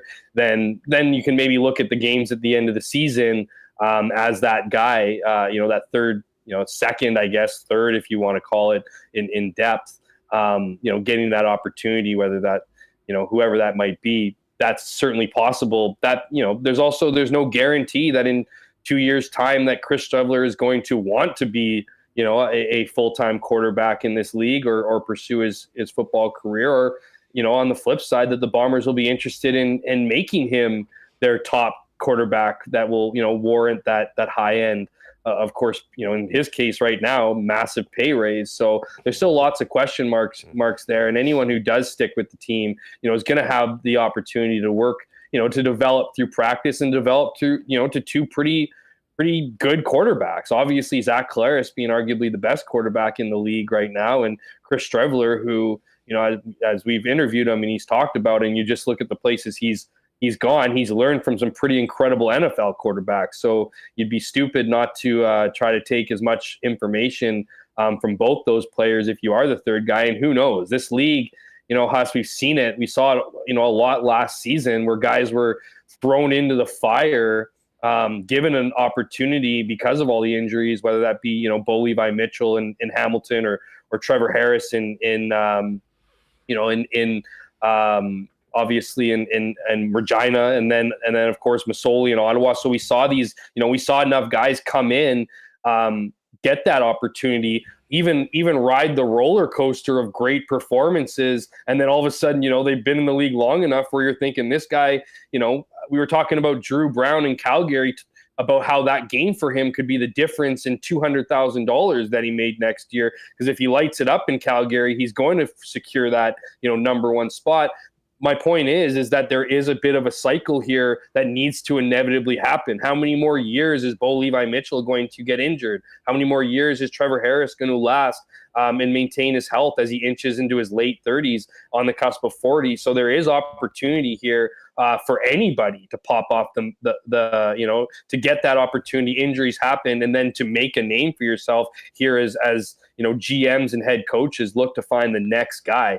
I just don't know if there's going to be a ton of tape and film, which is obviously the most important thing, to that third level spot here in Winnipeg, that otherwise if Chris Streveler wasn't here and say Dakota Prukop was back, you'd probably be looked at more as the quarterback potentially of the future than the foggy pitcher that exists with Streveler as number two. Just before we move on from the QBs, Remo, if you can, let's play that clip from O'Shea. Mike spoke after the game, talked a little bit about the game, and specifically the quarterback play. Again, Streveler played the first couple series, was 7 of 8, ran 3 times for 25 yards. Eric Barriere came in after that, struggled through the 2 picks. And then Terry Wilson ended up 11 of 16 for 116 and had that TD pass to the second rounder from this year's draft, Kevin Clearshires. Here's what O'Shea had to say about the game and about the pivots. Yeah, I think we're going to have an exciting football team. And I think there's lots of good stuff on that film and lots of stuff to learn from. And some of the stuff will just be, they'll pick up so easy, it'll just make it so much cleaner for them, right? So I think it's pretty exciting time for us. Maybe just start with an assessment of the 3 quarterbacks. Yeah, I mean, all 3 of them would like to have a couple plays back, I'm sure. But I think they showed some poise in there. They ran the offense well. I thought they managed game stuff very well, and then we put some points on the board and had some drives. But I mean, once again, it's one of those things that we have certain packages in there to allow the guys to try and flourish, allow the new receivers and running backs to flourish. And I think we'll be able to do a little more stuff, and I think the guys will enjoy that. All right, there's Coach O'Shea. You mentioned, spoke to the quarterbacks. I mean, they tried a million different guys catching passes, 12 different receivers caught them in the game. What I'll be looking for the most kind of at camp, as well as heading into that final game coming up on the 31st, Jeff, is how the offensive line shakes in. And it looks like Eric Lofton was at right tackle yesterday, Liam Dobson at left guard, and from the sounds of it, those are your front runners to take over for Jamarcus Hardrick and Jeff Gray, who I believe Jeff Gray's just still unsigned, right? Yeah. From everyone I've talked to, which to be clear hasn't been Jeff Gray, so that's probably the best guy, but there is lots of evidence to suggest he's moved on past football. I think he, on his, not to get too detective, but on his LinkedIn profile page, it says former professional athlete. So that's about as good as gone. And Jeff Gray, I mean, obviously being a hometown guy, I think for him had some solid seasons in the CFL, probably even played, weirdly enough. I don't want to speak from there, but probably longer than he expected to play. He's a very smart individual. Anyone who read anything about him coming out of University of Manitoba knew he has some crazy, like, I'm going to butcher this, but like whether it's an aerospace engineering degree or some kind of crazy intent, lots going on up in between those years. that can make him, I imagine, even more money than he made on the field. And I would say on the final note there, I think he probably priced himself out for many teams. Like, he was making some good money as a Canadian interior guard. And I just think that other teams looked at that position and maybe saw better players. And I just don't think Jeff Gray was looking to take a pay cut when, he clearly had other options, at his disposal outside of the field. But for that interior line, man, I mean, there's a lot of opportunity there. Patrick Neufeld obviously needs to get healthy. This is all fairly precautionary stuff. He just seems to be getting better every season. But yeah, man, I mean, they like a lot of those players. I mean, they like Tui Eli. They like Wallace in the middle that they've been trying out. They like Liam Dobson, as you mentioned. I mean, these are guys that have been around. Some of them have been around for a little bit. They know the attitude. They know the expectations, and I think they're ready to take the next step. It's just unfortunate, a guy like Jeff Gray, who obviously is, like I mentioned, is from here and has put in some good years. Just like we saw, Michael Couture in the past. Other guys that just Hardrick in a way now. Just the numbers game didn't add up, and as guys continue to make more money and as they continue to bring back large swaths of the previous year's team. Guys want raises, guys want to keep the same amount of money that they have. And when other guys, like Dalton Schoen are finally making the paycheck that they're worth, you have to find other areas to trim. And, we'll see what this O-line looks like. I think, they do benefit from some consistency, of course, with the Stanley Bryants and the Patrick Neufelds and Chris Kolonkowski that are still here. But, you'll ask any O-line, and the most important part is consistency and making sure that as a 5-man unit, you're as fluid as you can be and in sync with one another. And while these guys have been in the room, they have learned from the best. They know what their responsibilities and expectations are. It's about putting that onto the field and ensuring that you're working as that 5-man unit and protecting Zach Collaros so he can throw the ball. Well, exactly. I mean, to me, that right tackle position, I mean, filling in for Jamarcus Hardrick, they brought, I think, in 4 or 5. Did you see him, or did you watch the game on CFL Plus? I was listening to it. It just seemed like he was on camera all the time. Like, it's just Jamarcus Hardrick was, and it was so weird to see him just like getting in Bombers' faces and propping up the guy, his own teammates. And it just seemed like, whether he was on the field, whether the Riders' offense was on the field or not, it was like Taylor Swift at a Chiefs game. It just seemed like no matter what was happening, he just popped up because he would just go to wherever the ball was. And again, I'll reiterate how odd it was to see him kind of pushing Bomber players away and pretty much giving the big FUs to the guys in blue and propping up the green soldiers, to which he is now a member of. So it was just really weird to see him like that. But it's also great to see a guy who brings that energy every day, that he's continuing to do it wherever he is. And it was just odd. It seemed like he was, like I said, on TV every second clip. It is going to be weird when things get going for folks that didn't see the stream of the game last night, to see big Jamarcus wearing green and white on Labor Day on the Banjo Bowl. And I guess they play 3 times this year during the regular season. One other quick Bomber note. And I think this is something that's the most interesting to follow really through camp as well, is the returner position. Janarian Grant isn't signed, which creates a huge opportunity, and that's a perfect way for guys that are on the periphery of the lineup to actually make the club and contribute and stay on the active roster. They gave a punt return to 4 different guys yesterday. Demetrius Ford, Isaiah Norman, Chris Sykes-Smith, and Aaron Cruikshank. No one really stood out. Cruikshank had a couple of kickoff returns, as did Smith. But I would imagine like that race for that job, or the competition for the returner job, is probably going to be the difference between some of these guys making the team and not making the team. I mean, obviously they'll have another position where they could fill in, but that's a big, big hole. And listen, I mean, Janarian Grant was such a difference maker when he was in the lineup. I would say that there's a big challenge for somebody to kind of step up and show that they can be effective on a regular basis. Because really, when you think back last year, Jeff, on both sides, and this is unusual for an O'Shea coach team, When Grant wasn't in there, the return game wasn't really happening. And maybe even more concerning, we can dive into this in the next couple of weeks, the Bomber kick coverage unit took a major step back last year, and they were often starting off their defense, starting off on short fields. You know that's going to be a real focus for Mike O'Shea considering his special teams background. Yeah, absolutely. So a few things on there, starting with Janarian Grant. I know a lot of people, I know it's been, addressed and talked about. He's just a very tough guy to get a hold of in the offseason, and just chalk it up with the crazy Canadian Football League. And I'm sure they have been able to connect with him. There's been examples in the past where not even his agent could get a hold of him. It's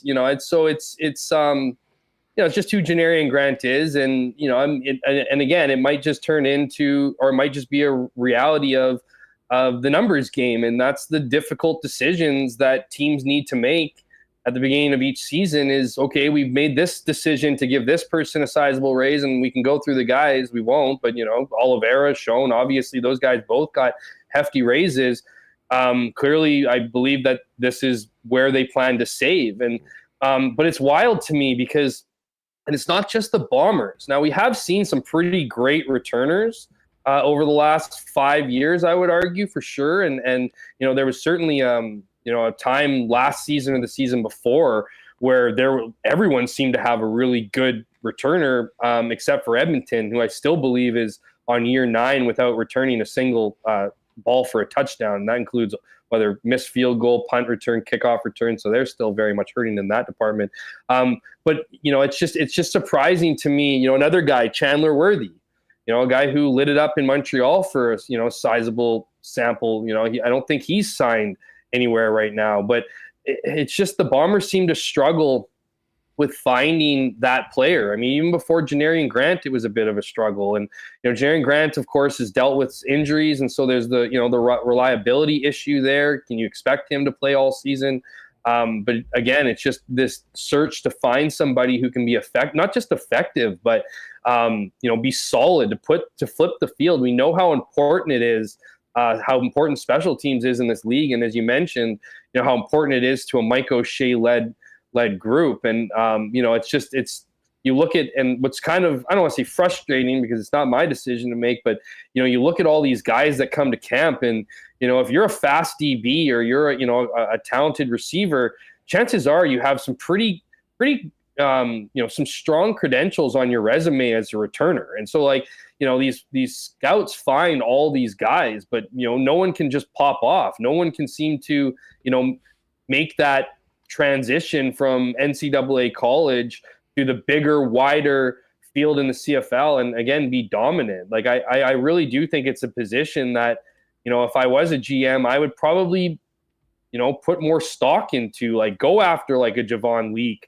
in Toronto. Bad example because obviously he's going to play with the Argos, but just try to take someone's better guy, pay that, because it's just and you saw it in Winnipeg. You saw it when Janarian Grant was out, how much trouble the Bombers had flipping the field. And then when as you mentioned, Huss, last year was a massive shot to the coverage team. And, I think Paul Boudreau, I certainly think his firing or his getting his contract renewed was I'd say one of the less classy pieces of business for the Bombers over the last X amount of years, because I think for him, that was because they couldn't tell Richie Hall that he wasn't going to be the defensive coordinator anymore and instead gave him some other role as a defensive assistant and moved Jordan Younger in there. I think being able to pay Mike Miller less money led to Paul Boudreau's, moving on, and now he's with Hamilton. Well, you look at that season last year, Paul Boudreau is a great special teams coach and had great numbers. Last year, he dealt with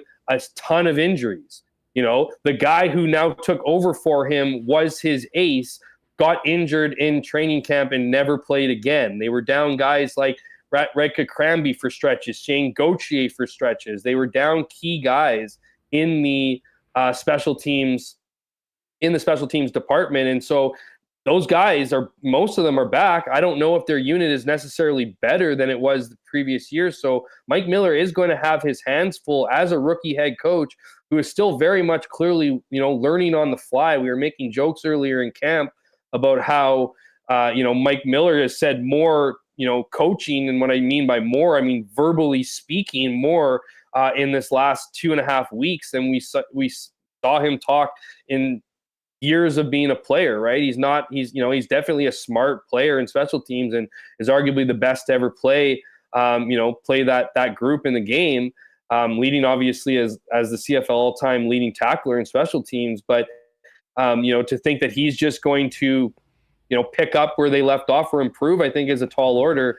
Certainly has Mike O'Shea in his ear, but I am interested to see how they shore up that group, to see how they find ways to improve, whether that's finding a reliable punt returner, kick returner for Janarian Grant, or just finding the right horses, whether it be through recent drafts or just, working their personnel in-house, some of the Americans to finally, just prevent teams from starting what seemed to be more often than not around midfield because they were missing handfuls of tackles in those coverage games.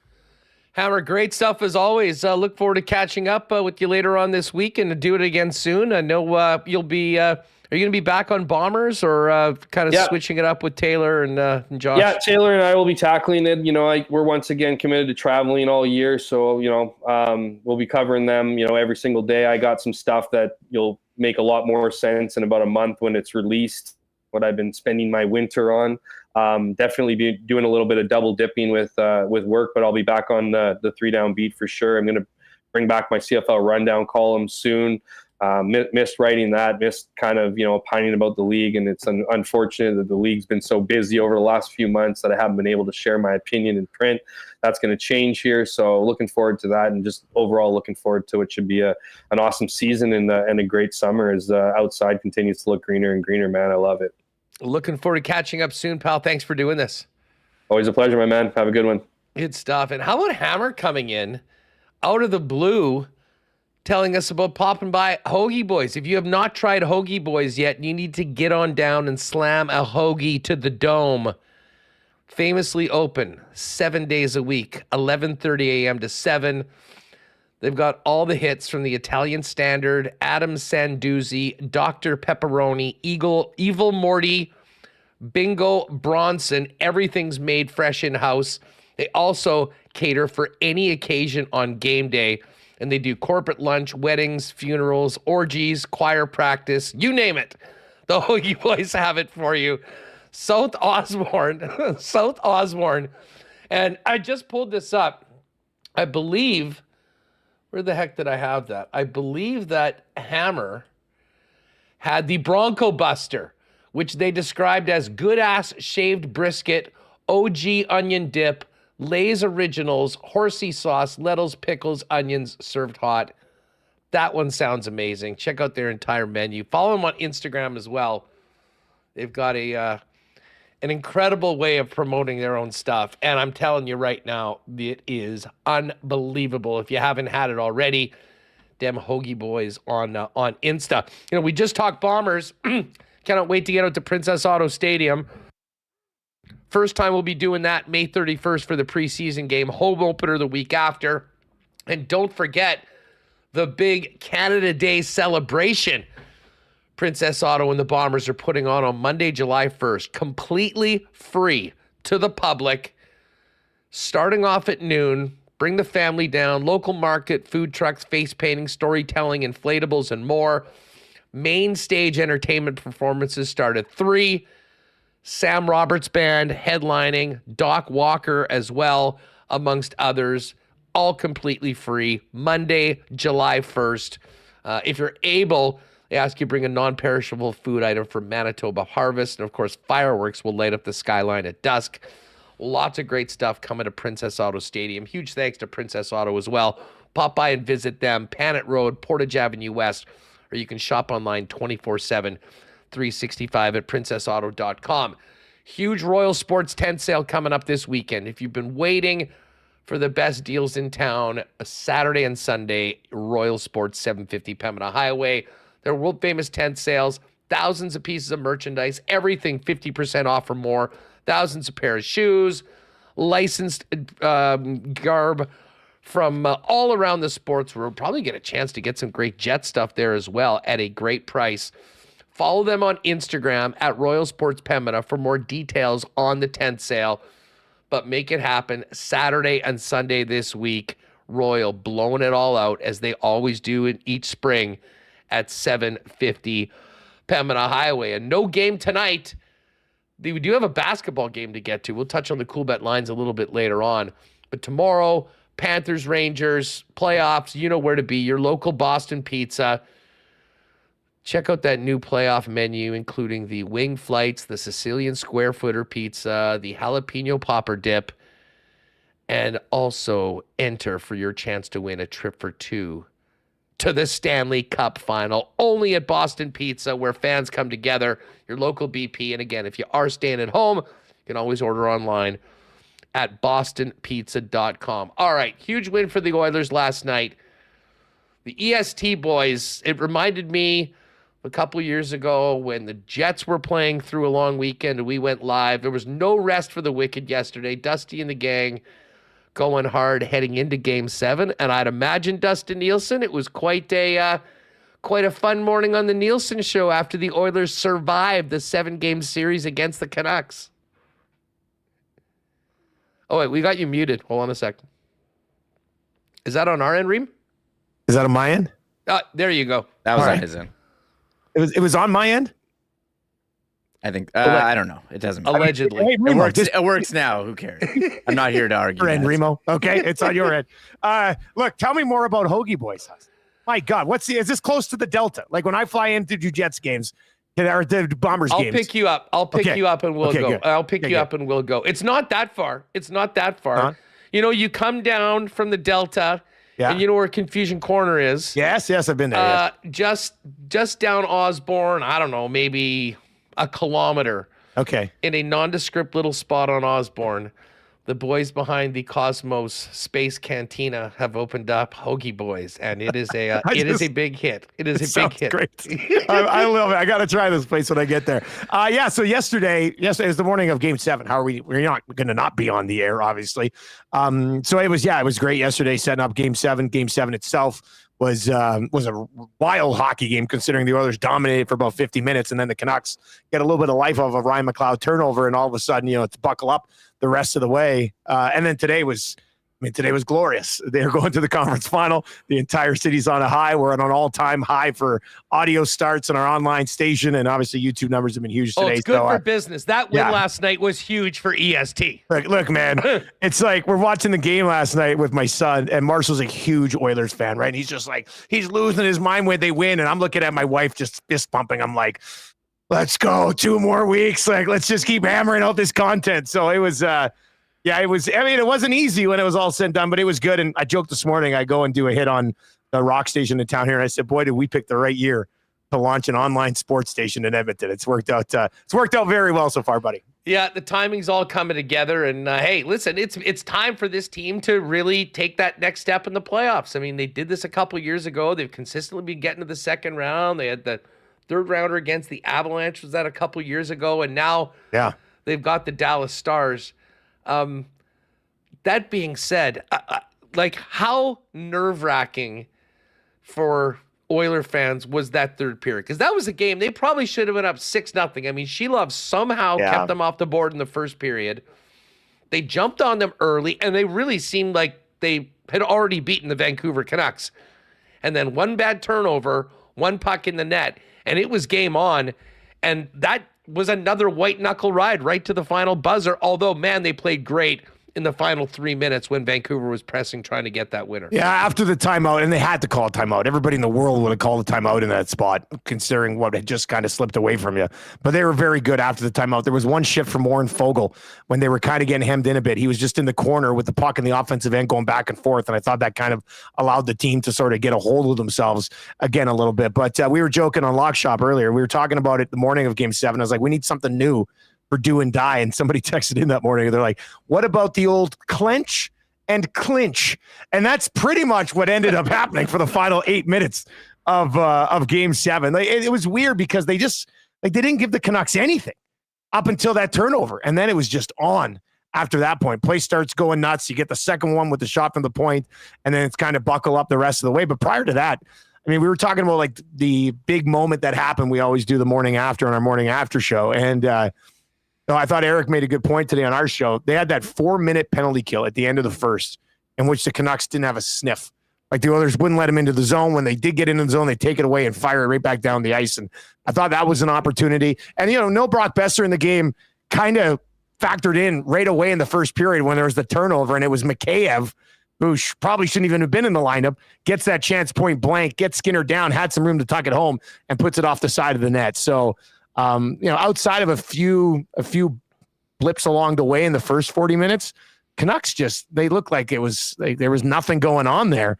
And then just one mistake, and all of a sudden, especially after you blew a 3-0 lead earlier in the series, I think everybody sort of starts to panic, but this time they managed to survive. It's going to be a heck of a game, a heck of a series, I should say, going up against the Dallas Stars. The Stars, we talked about this on the Lock Shop, but a minus 133 favorite or so, Edmonton plus 110 over at Coolbet. From your discussions, what do the Oilers need to do, and where do they need to up their game if they're going to be playing for the Cup final in a couple of weeks? Yeah, it's interesting because, they didn't get by the Canucks because Connor McDavid was brilliant. Like, he only had one shot in Game 7, didn't have a single point in Game 7. Like, they had some depth guys who helped them out along the way, which they hadn't really had in those other years. Like you mentioned it, like they beat Colorado, or they lost to Colorado in the conference final. Then they lost to Vegas last year, the two teams that coincidentally Dallas has gone through to get to where they're at already this year. And I look at the Oilers right now and where they're going to have to be at, and the depth of the Dallas Stars, I think they're going to have to try to find a way to match it, and it's going to be tough. Like, their bottom six was good, and I said this coming out of the first series against the Kings. Like, they took care of the Kings, but they weren't brilliant against the Kings. And I said, look, if you're going to get by Vancouver, you need to be better than you were against the Los Angeles Kings. You had to find another level. And to be honest with you, I don't think they really found that level until Game 6 and 7 when they really started going and basically limited the Canucks to nothing. And it's the same thing going into this series against Dallas. If they play the way they did for the most part against Vancouver, they're not going to beat the Dallas Stars. So they have to find another level to their game. And I think a lot of it just comes with the intensity and physicality that they had in the last two games. Like, go out and don't get pushed around like you did in Game 5 by the Vancouver Canucks. So their bottom six is going to have to play the best hockey that they've played all year, because no matter the matchup, they're going to be in tough against whatever Dallas throws over the board. So, we talked about briefly in the Lock Shop today, Dallas's penalty kill is sub 70% so far in the playoffs. Oilers power play should be able to take advantage of that. If they do, I think they've got a really good shot. But if the Stars penalty kill can do what the Canucks penalty kill did the last 3 games, it's going to be tough for the Oilers to get this thing done 5-on-5. Goaltending is such a big part of winning a series. The goaltending has not been particularly good for Edmonton up until this point. First of all, how big were the 2 wins for Game 6 and 7 for Stuart Skinner going forward? And can he back the Edmonton Oilers to 4 wins over a hell of a Dallas team? Yeah, I think he could be in net for 4 wins, but I don't think the 4 wins would be on him. He might have one in there where, like, hey, the Stuart Skinner game. He had one great game against the Los Angeles Kings. He was brilliant in that one game that they won 1-0. But outside of that, I don't know where his confidence level will be at. We talked about it going into Game 7 last night. Most of the city was at like a 5 or a 6 out of 10 as far as the confidence goes, because in Game 6, he had one huge blocker save on Quinn Hughes on a shot that was kind of destined for the top corner. He came around traffic, got a blocker on it.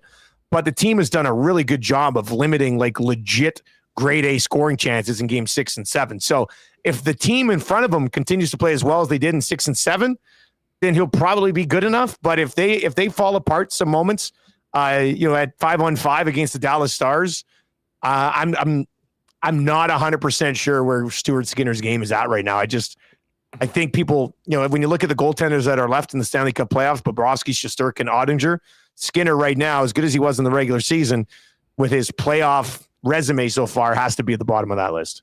What's up with Corey Perry? Does he get into the series, or? We just talked about this on 2 guys and a goalie, and both Cassian and Gager do think he probably factors in at some point. But I'm not, they'll probably get him in at some point. I thought maybe they'd go to him last night in Game 7 because he's got 10 Game 7s in his career under his belt, but they decided to stick with Connor Brown. Brown would be the one that I think he would take out.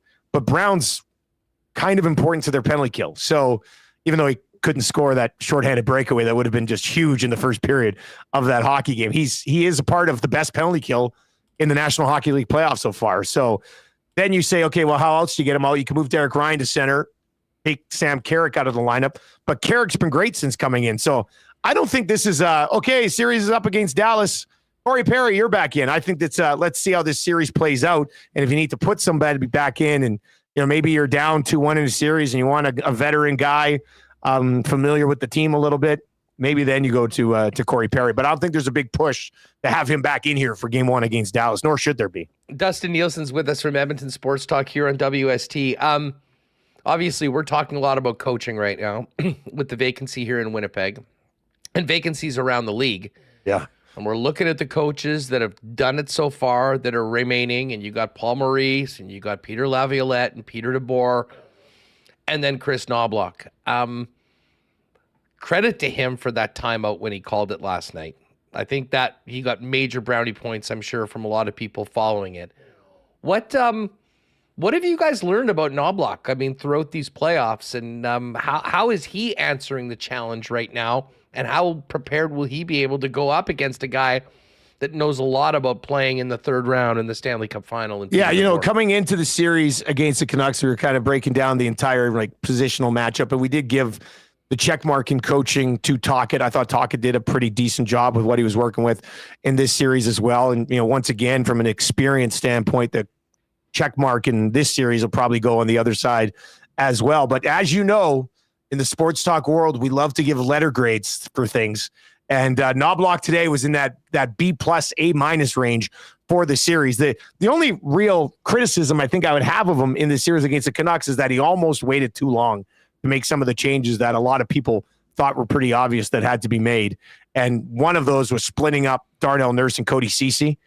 I think that was the turning point in the series. Nurse and Ceci were getting absolutely hemorrhaged in their own end. I mean, it was awful. They split them up, and Knobloch decided to split them up. And he's gone away from Nurse and Ceci. He usually circles back around to it. I don't think they'll be together to start the next series. It wouldn't make sense. But he went away from Nurse and Ceci, and Desharnais went with Nurse, and that was better than Nurse and Ceci. And Kulak played with Ceci, and that pair was better than what Nurse and Ceci had brought you. So you kind of improved two defensive pairs beyond the Ekholm and Bouchard thing. So that was a pretty solid coaching move there as well. He has been criticized a little bit for not using timeouts in other spots where this team has sort of fallen apart along the way in the regular season and in the postseason. So I thought that was a no-brainer. I mean, he had to have that one last night. With Adam Henrique being banged up, he's obviously given Dylan Holloway more of an opportunity. Holloway has been just an absolutely wonderful, pleasant surprise so far in the postseason. So, he's hit it at the right time. I thought he could have just gone to it a little bit sooner in that series against Canucks and might have taken care of business a little bit more. Well, we're looking forward to it. I guess you got a couple days to wait. Thursday, which is great for Edmonton. Dallas is going to be ready to go. And I think the fact that they have had a couple of shorter series probably puts them, although I guess the first one was 7-gamer. First one went 7. Yeah. That did go 7, and it didn't for Edmonton. A few extra days rest will be good. But it should be a great series. I mean, Dallas has been the class of the West this year. Edmonton had a very different season. But, man, getting over the hump in a 7-game series the way they did, knowing that they're going to be moving up a weight class, I think it sets up for what should be a great, great series. By the way, I was tuning into Tommy on the post-game show at times, and towards the end, YouTube Trev will come in with his takes. Yeah. Does he look like a young Stuart Skinner with that stash? Buddy, is that a comment that it's a common thing around here, okay. and he actually first thing I thought when I saw him. Yeah, I'm pretty sure Trev crossed paths with Stuart Skinner because they're both from Southern Alberta. When Skinner was down playing for Lethbridge Hurricanes. So but yeah, when he just has straight up mustache, he very much looks like Stewie Skins, as they call him around here. So yeah, but yeah, no, I mean the post game. I mean you know it. I mean. The post-game show has just been insane. Like last night, you couldn't even keep track of the chat. It was just like, well, it was going nuts. The Canucks trolls went away, and some Stars trolls already slid in. So it can't be as bad. I mean, social, I like Twitter more than most people. I'm there for a laugh, and Twitter can provide some pretty good laughs at times. And then obviously, I use it for a lot of work stuff. But my God, if somebody who just said, hey, just so you know, Twitter doesn't exist for the Oilers and Canucks series, I would have totally supported that movement. Thank God this series is over just from the disc. It legitimately brought out the worst in both fan really bases. Like, you wanted to bring out your best of the team on the ice. It brought out the worst of fans online. Even people who like I'm good buddies with, I'd see them on social media and I'd be like, oh, dude, don't get sucked into this. You look like an idiot. Take a chill pill, but now guys. that's gone. There is a rivalry here with the Dallas Stars, but it goes back 20 years. So we'll see how much it takes to rekindle that for the fan base, but it probably won't take that long.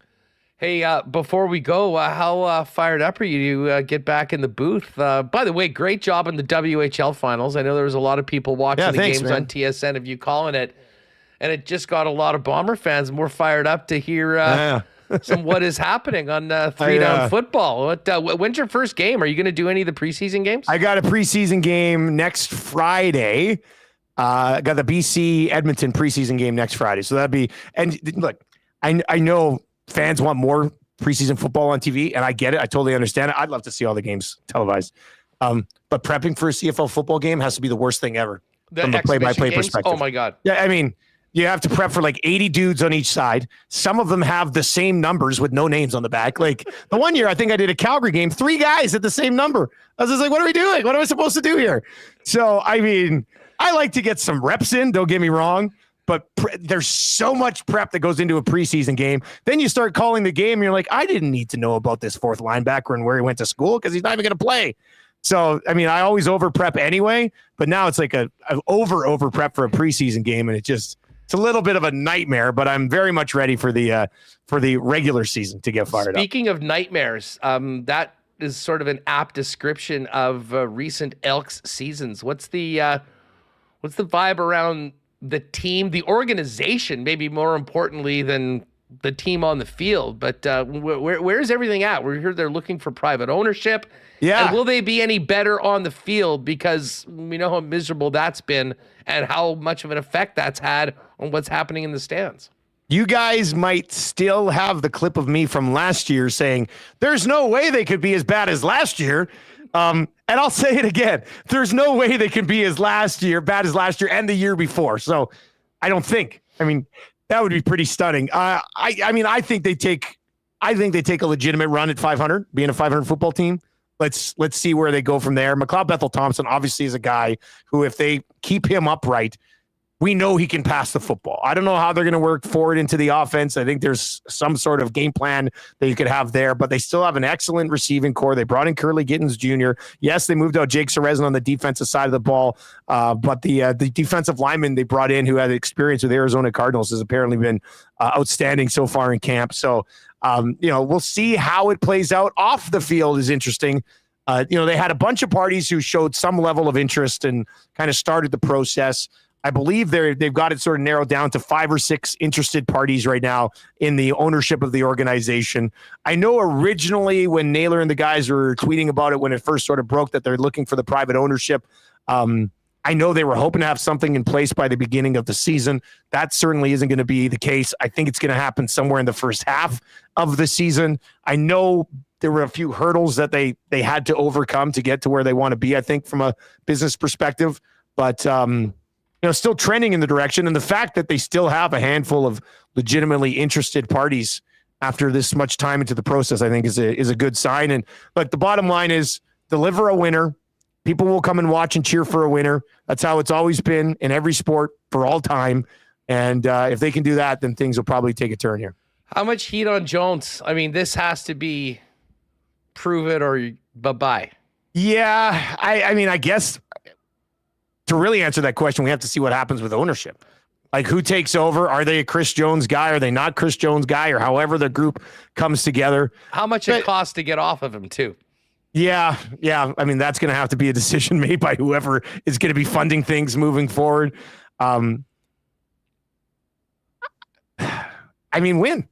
Win, and you'll get to stay. It's that simple. If you go out and drop a 6-win season, I don't see how anybody can be like, this is really heading in the right direction. So they have to take a significant jump. I think they've made some changes. Their entire secondary for the most part last year, with the exception of whenever they moved Purifoy back in there, their entire secondary last year was basically rookies. And apparently, those guys in their second year pretty good athletes last year, made some mental mistakes that you're like, oh yeah, he's still kind of adjusting to the CFL game. If those guys can take a step and they can make it work with the defense, I think the offense will be good enough to keep them in football games. Hey, I know most of our listeners are fully aware of what's going on Edmonton Sports Talk. By the way, noon every day, Winnipeg time. You can hear the two of us chop it up, all the big top stories in the day, hitting the lines, making a few wagers over with our friends at Coolbet on the Lock Shop. But for folks that want the EST touch of coverage, fill people in on obviously your show, but also what you got going on pre and post all of the games with handsome Tommy G. Yeah, we got things cooking pretty good here right now. Like if you have TuneIn radio app or the iHeartRadio app, you can download those. Just search Edmonton Sports Talk, and we're streaming on there 24/7, just like any other radio station that you can find on those platforms. We got the audio player over at EdmontonSportsTalk.com. If you don't want to download their apps, those are free apps. It's very simple. Sounds great. There's none of that AM radio static anymore. And then obviously we're streaming all of our live content on YouTube as well. So we're running the Nielson show every day for 3 hours. Then we get into like a roundtable sort of chill, laid back discussion called The Hangout for 2 hours. You and I on the Lock Shop every day at 11 o'clock Edmonton time, noon Winnipeg time. Then we've got a hockey themed show every day at noon, whether it be the Oil Stream or two guys and a goalie. And then, every single Oilers game, pre and post game, we have coverage with Tom Gazzola. Starting tonight, we've got the Edmonton Stingers, the basketball team. All of their games, or the majority of their games, are going to be live on our station as well. And we've got a deal signed with the Edmonton Riverhawks, the local baseball team. Who's that we're going to be these games? We're just taking their broadcast team is calling the games, and we're taking the feed and putting it out on our live stream. So I think it's a good relationship for both guys or both sides of it, because we get to sit here all morning long and be like, Stingers game tonight right here on Edmonton Sports Talk. And then the baseball team has really taken some good strides here, the Riverhawks, over the last little while. What league is the Riverhawks in?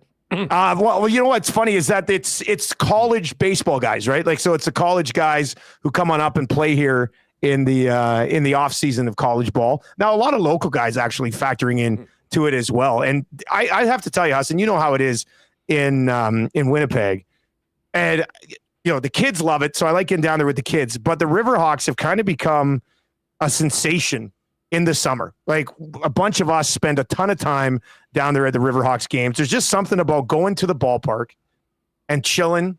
And like, for me, a lot of time, I really don't care. I mean, I want them to win, but I'm not like, oh my God, what's happening? Like, you're just sitting around, you're BSing with people you're seeing at the park. And they've done a really good job with what they're building down there right now. So we're very happy to hop on board with the Riverhawks as well. And we'll see how this year plays out. But they've been around for a few years now in this West Coast League, and it's really good, man. It's good ball. Well, we're fired up to get down to the ballpark tonight. Goldeyes home opener. The food is back. The beers are back. We've got 2 new patio decks that they've done. It's too bad we couldn't work out your time coming in for a Bomber game for a little WST patio party down at the ballpark as well, which isn't too far from the Delta. But listen, you guys have a lot on your plate right now. Can't believe you're able to do it without an AM signal. Who would have thunk it? What are the odds? Yeah. Especially in 2024. That's so weird. Hey, but thanks again for doing this. It's great to have you back on Winnipeg Sports Talk. Looking forward to getting back in with you on the Lock Shop tomorrow. Again, noon Winnipeg time, right before WST. Say hi to the fellas. Thanks for doing this. Yeah, I will, man. Thanks for having me. Beauty. There is Dustin Nielson joining us. It's fun to sort of touch on that ballpark they have in Edmonton for the Riverhawks. Actually looks really nice. Maybe not in as beautiful a spot as our ballpark with the background of the Human Rights Museum. But guess what, folks? It is time to play ball tonight, 6:30, opening night. The home opener for the Winnipeg Goldeyes. Had a tough, long road trip to start the season. Now it's time to make hay at home. We'll look forward to having Logan Watkins or maybe our pal Andrew Collier join us a little later on. We're going to be having a group night or two coming up as well. But in the meantime, if you just can't wait to get out to the ballpark, not the nicest day, but the rain's holding off. And the night's always better when you got a cold one and something great to eat watching the Goldeyes back at Blue Cross Park. Go to goldeyes.com. Ticket information for the year, group information for the year in case you'd like to maybe reserve one of those patio decks for a corporate event or more. And make sure to stay tuned to WST for info and details on how you can get tickets and join us for our first WST patio party down at the ballpark. Breezy Bend, our Breezy Bend golf report. We touched on this a little bit earlier today, but shout out to Xander Schauffele. Got it done. PGA champion. Finally gets his major to go with his Olympic gold medal. Just an awesome final round. Bryson DeChambeau, full image makeover for Bryson. Turned from one of the most hated guys to, I think, a pretty popular player, and certainly the flag bearer for LIV, because most of the other LIV guys were nowhere to be seen on Sunday. Tough one for Colin Morikawa. He couldn't sink a putt. And Victor Hovland right there until missing that final putt on 18. A great tournament, a thrilling finish, a worthy champion. Congratulations to Xander. Speaking of golf, we're going to have Aaron Cockrell, I think, join us tomorrow. He's in Belgium right now, but he's coming back to play in the RBC Canadian Opens. Had an awesome season over on the DP World Tour, representing Winnipeg and Manitoba. So looking forward to that. Of course, all of our golf reports brought to you by one of Winnipeg's top private courses, Breezy Bend. If you want more information on potentially making Breezy Bend a long-term home for you and your family, give our pal Corey Johnson a call at the clubhouse. And you can find out more online at breezybend.ca.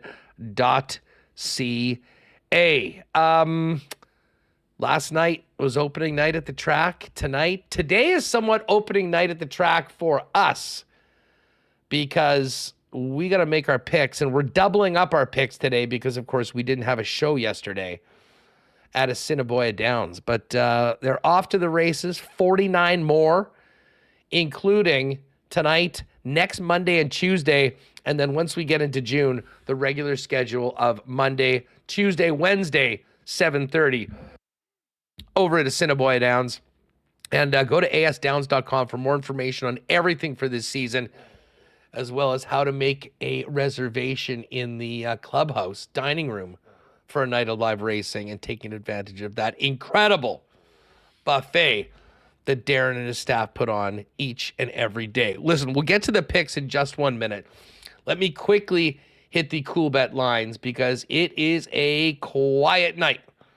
We've got no hockey tonight for the first time in a while, but we've got a big one in the NBA. The Indiana Pacers, after their big win in New York against the Knicks in Game 7, move on to take on the heavily favored Boston Celtics. Celtics minus 1,000 favorites to win the series, minus 455 favorites to win tonight. Pacers plus 350. Pacers getting 10 points tonight, though.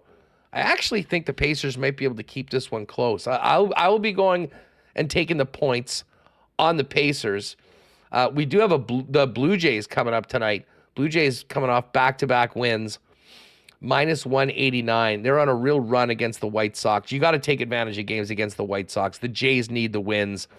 Hopefully they can keep it going. Blue Jays minus 189. White Sox plus 158. And Blue Jays plus 117 on the run line to win by 2.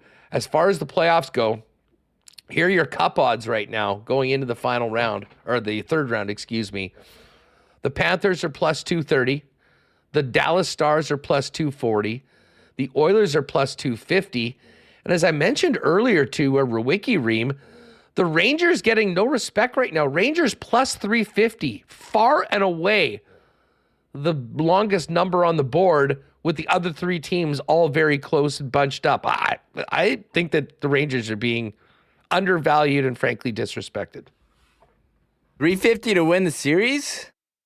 The Cup. Oh, the Cup. Okay, yeah, I'm looking at the wrong thing. Yeah, I mean, they were President's Trophy winner. They got one of the top goalies. Like, why not take that? I kind of agree with you there. They are underdog in this series, plus 125. They've been pretty good. I'm curious if how that series is going to go. I think Dallas is going to beat Edmonton. It's close, minus 133. Edmonton plus 110. There's some props for total points and goals in the series. That's exciting. So a lot of betting opportunity here. You want to have some skin in the game, as you say. Yeah, well, and hey, listen, we should also mention there is a hockey game that we can watch tonight, and it's the Walker Cup Championship of the PWHL. Really hoping we were going to have some Canadian content in this, but, you know, Toronto lost to Minnesota in Game 5. Boston won all those overtime games against Montreal. It's Minnesota and Boston in the final. Boston up 1-0 after an exciting 4-3 win in Game 1 of the series. Now, tonight is Game 2. Friday night is Game 3. And that is the night. For those of you that maybe have some, daughters involved in hockey, or you women out there that are in and supporting the PWHL, get together at Next Door, 116 is Sherbrooke. Our good friend Liz Hood, maybe we'll have to get Liz on before that later on this week, will be hosting. They'll have great prizes, giveaways. They'll have the sound on for the game and trying to give the women the attention that they deserve. So the watch party is going to be for Game 3. Probably would have done it tonight, but they're normally closed on Tuesdays. So there you got it. Friday night, Next Door, 116, Sherbrooke. Should be a great time. All are invited, and great time to come out, have some great food by the Cosmos gang, some beers from the folks over at Good Neighbor, and watch and support the PWHL playoffs and win some great stuff. So hopefully some of you will pop by on Friday night for that. As far as this game goes tonight, Boston minus 130 faves, Minnesota minus 102.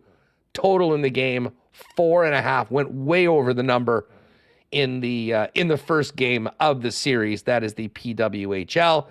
Final tomorrow, we'll do golf picks. Dusty and myself on the lock shop for the Charles Schwab. That's up though right now. Incredibly short number for Scotty Scheffler. And we'll also be paying attention to what's happened at the World Championships as the tournament gets closer to the playoff round. Great to hear our pal Dan Robertson doing games over in Czechia as well. All the odds up at Coolbet.com. Use the promo code WST if you haven't played a Coolbet before. And we'll hook you up with a 100% bonus up to $200 on your first deposit. All right, Reem, it's time to get back to the track. I'm very pumped to resume our head-to-head battle. And this is a big one this year. We've each won seasons. We're now more experienced. We know the horses. Although there will be a bunch of new ones, as Darren Dunn told us. But I was quite excited to double up today and really dive into the slate of live racing tonight. Yeah, I think I got a wager on every race. And I'm surprised. We've been doing this for a couple of years. There's a lot of horses that I still recognize. I don't know the average career length of a horse, but there's certainly some veterans in this race. So I think I got to, learn about aging curves now and when the prime is of your horse career. I know we got some Blake Wheelers out there that, are kind of nearing the end. And I think we got some Wyatt Johnstons in there as well, to use hockey, explain the horse racing in hockey terms. So I think I got a different strategy this year. We'll see what we're doing tonight. I saw T. Conapoli saying he was watching last night. All the races are up on YouTube. Tune in earlier. Kirk and Stretch will give you their picks for some handicapping. And if you do want to bet from home, you can open an account at hpibet.com. That's where we're throwing all our wagers in for our head-to-head battle this season. All right, we're doubling up today, Remo. I do not have race number 1. So why don't you take away with your race 1 bet, and we'll go from there. I did a lot of trifectas here. I feel like that's the way to go. 2 favorites and a long shot. Seems to be, you got some big payouts that way. So I have 1, 4, 6 in race 1, big and bold. 3 rough shods, and Wick Wemekong. Oh, I hope I said that correctly. Race number 2. I'm just going with a win ticket on big ticket. Number 5, $5 to win on number 5 big ticket. That's my official first play of the year. I got a 4, 5, 6 trifecta. Can you hear me now? Big ticket and Hasta La Vista Honey. Nicely done. Race 3. This is the big one for me because, as I mentioned, we were doubling. We were going to bet a few more races today because yesterday we couldn't do it on the show. I accidentally made this my biggest bet. I wanted to bet 5, but I did a box, so it's actually 10. So I need this one. The exacta box on 5, which is the favorite, Stylist Gent. Mm-hmm. And I'm throwing in one of my favorites from last year. Not on the program selections, but Club Champ. Club Champ and Stylist Gent. 2-5 exacta box. And that's a $10 bet. Yeah, we're thinking of I'm going with the longer shot. Club Champ to win $5. I almost did the same thing, and then I said, we'll go with the exact. It's not on the I like this. They got the program selections, and now they're using AI smart picks. I don't know if that's an algorithm or what. We should call HPI and learn more. Well, but AI needs to recognize Club Champ. Yeah, because didn't get that name for no reason. Has Club Champ. All right, let's go to race 4. I am on a triactor on this one. We're going 1-3-7. Grand Slam Kid, Lieutenant Norm, and you back. You back, and we are back picking horses here. I'm so fired up to watch this on YouTube tonight, Huss. I don't know if Lieutenant Norm's for Norm McDonald, but I'm going to pretend that it is, and I have $5 on Lieutenant Norm to win, and that's the AI smart pick. But I'm also picking it because I see a lot of Norm McDonald clips on my X feed, and it makes me happy. I actually saw a couple Norms lately as well. Race 5, I'm going $4 on number 9, Philly Fatale to win. Do I have Philly Fatale? This is race 5. Number 9. Yes, I have a trifecta, 379. Maybella, who I have won on before. I can't believe Maybella's still racing. It's like Albert Pujols on the Dodgers at this point, right? And have you seen that? Georgiano's in there, and number 9. Oh no, 379. Miss Zed or Z and Philly Fatale. 379 on race 5. All right, I sort of screwed up the next race. I didn't realize I already had one bet, so I have 2 bets on race 6. Not really connected. I've got $4 on number 1 to win, East Coast Cowgirl. Nice. And then apparently I did a $2 exacta box on 4-6. She's my niece, which is the favorite, and Happy Hour. Had to go. I love the name with Happy Hour, so we're giving 4-6 and then a 1 to win. Not really well thought out, but that's where I ended up for race number 6. I don't have a bet on this one, but yeah, the East Coast Cowgirl that's owned by Henry Witt. So that's right up your alley there. Love those Witt horses. Race 7, I have a 3-5-7 triactor. Half in the wrapper, Spittin' Kitten, 2 of the sort of favorites, and then I went with Casino Queen. Another name that I liked, Ronald Ali, and that's a Witt trained horse. So 3-5-7, 5 and 7 in the mix, and I did not include Melisandre, who was one of the top 3 faves. Melisandre I've liked before. Makes me nervous that I have a very similar one to you. I've got 2-5-7. So instead of Casino Queen, I'm going with the even longer shot, trying to hit big here. Orange Theory. Maybe Orange Theory can power up and sneak into the top 3, along with Spittin' Kitten and Half in the Wrapper, the 2 favorites.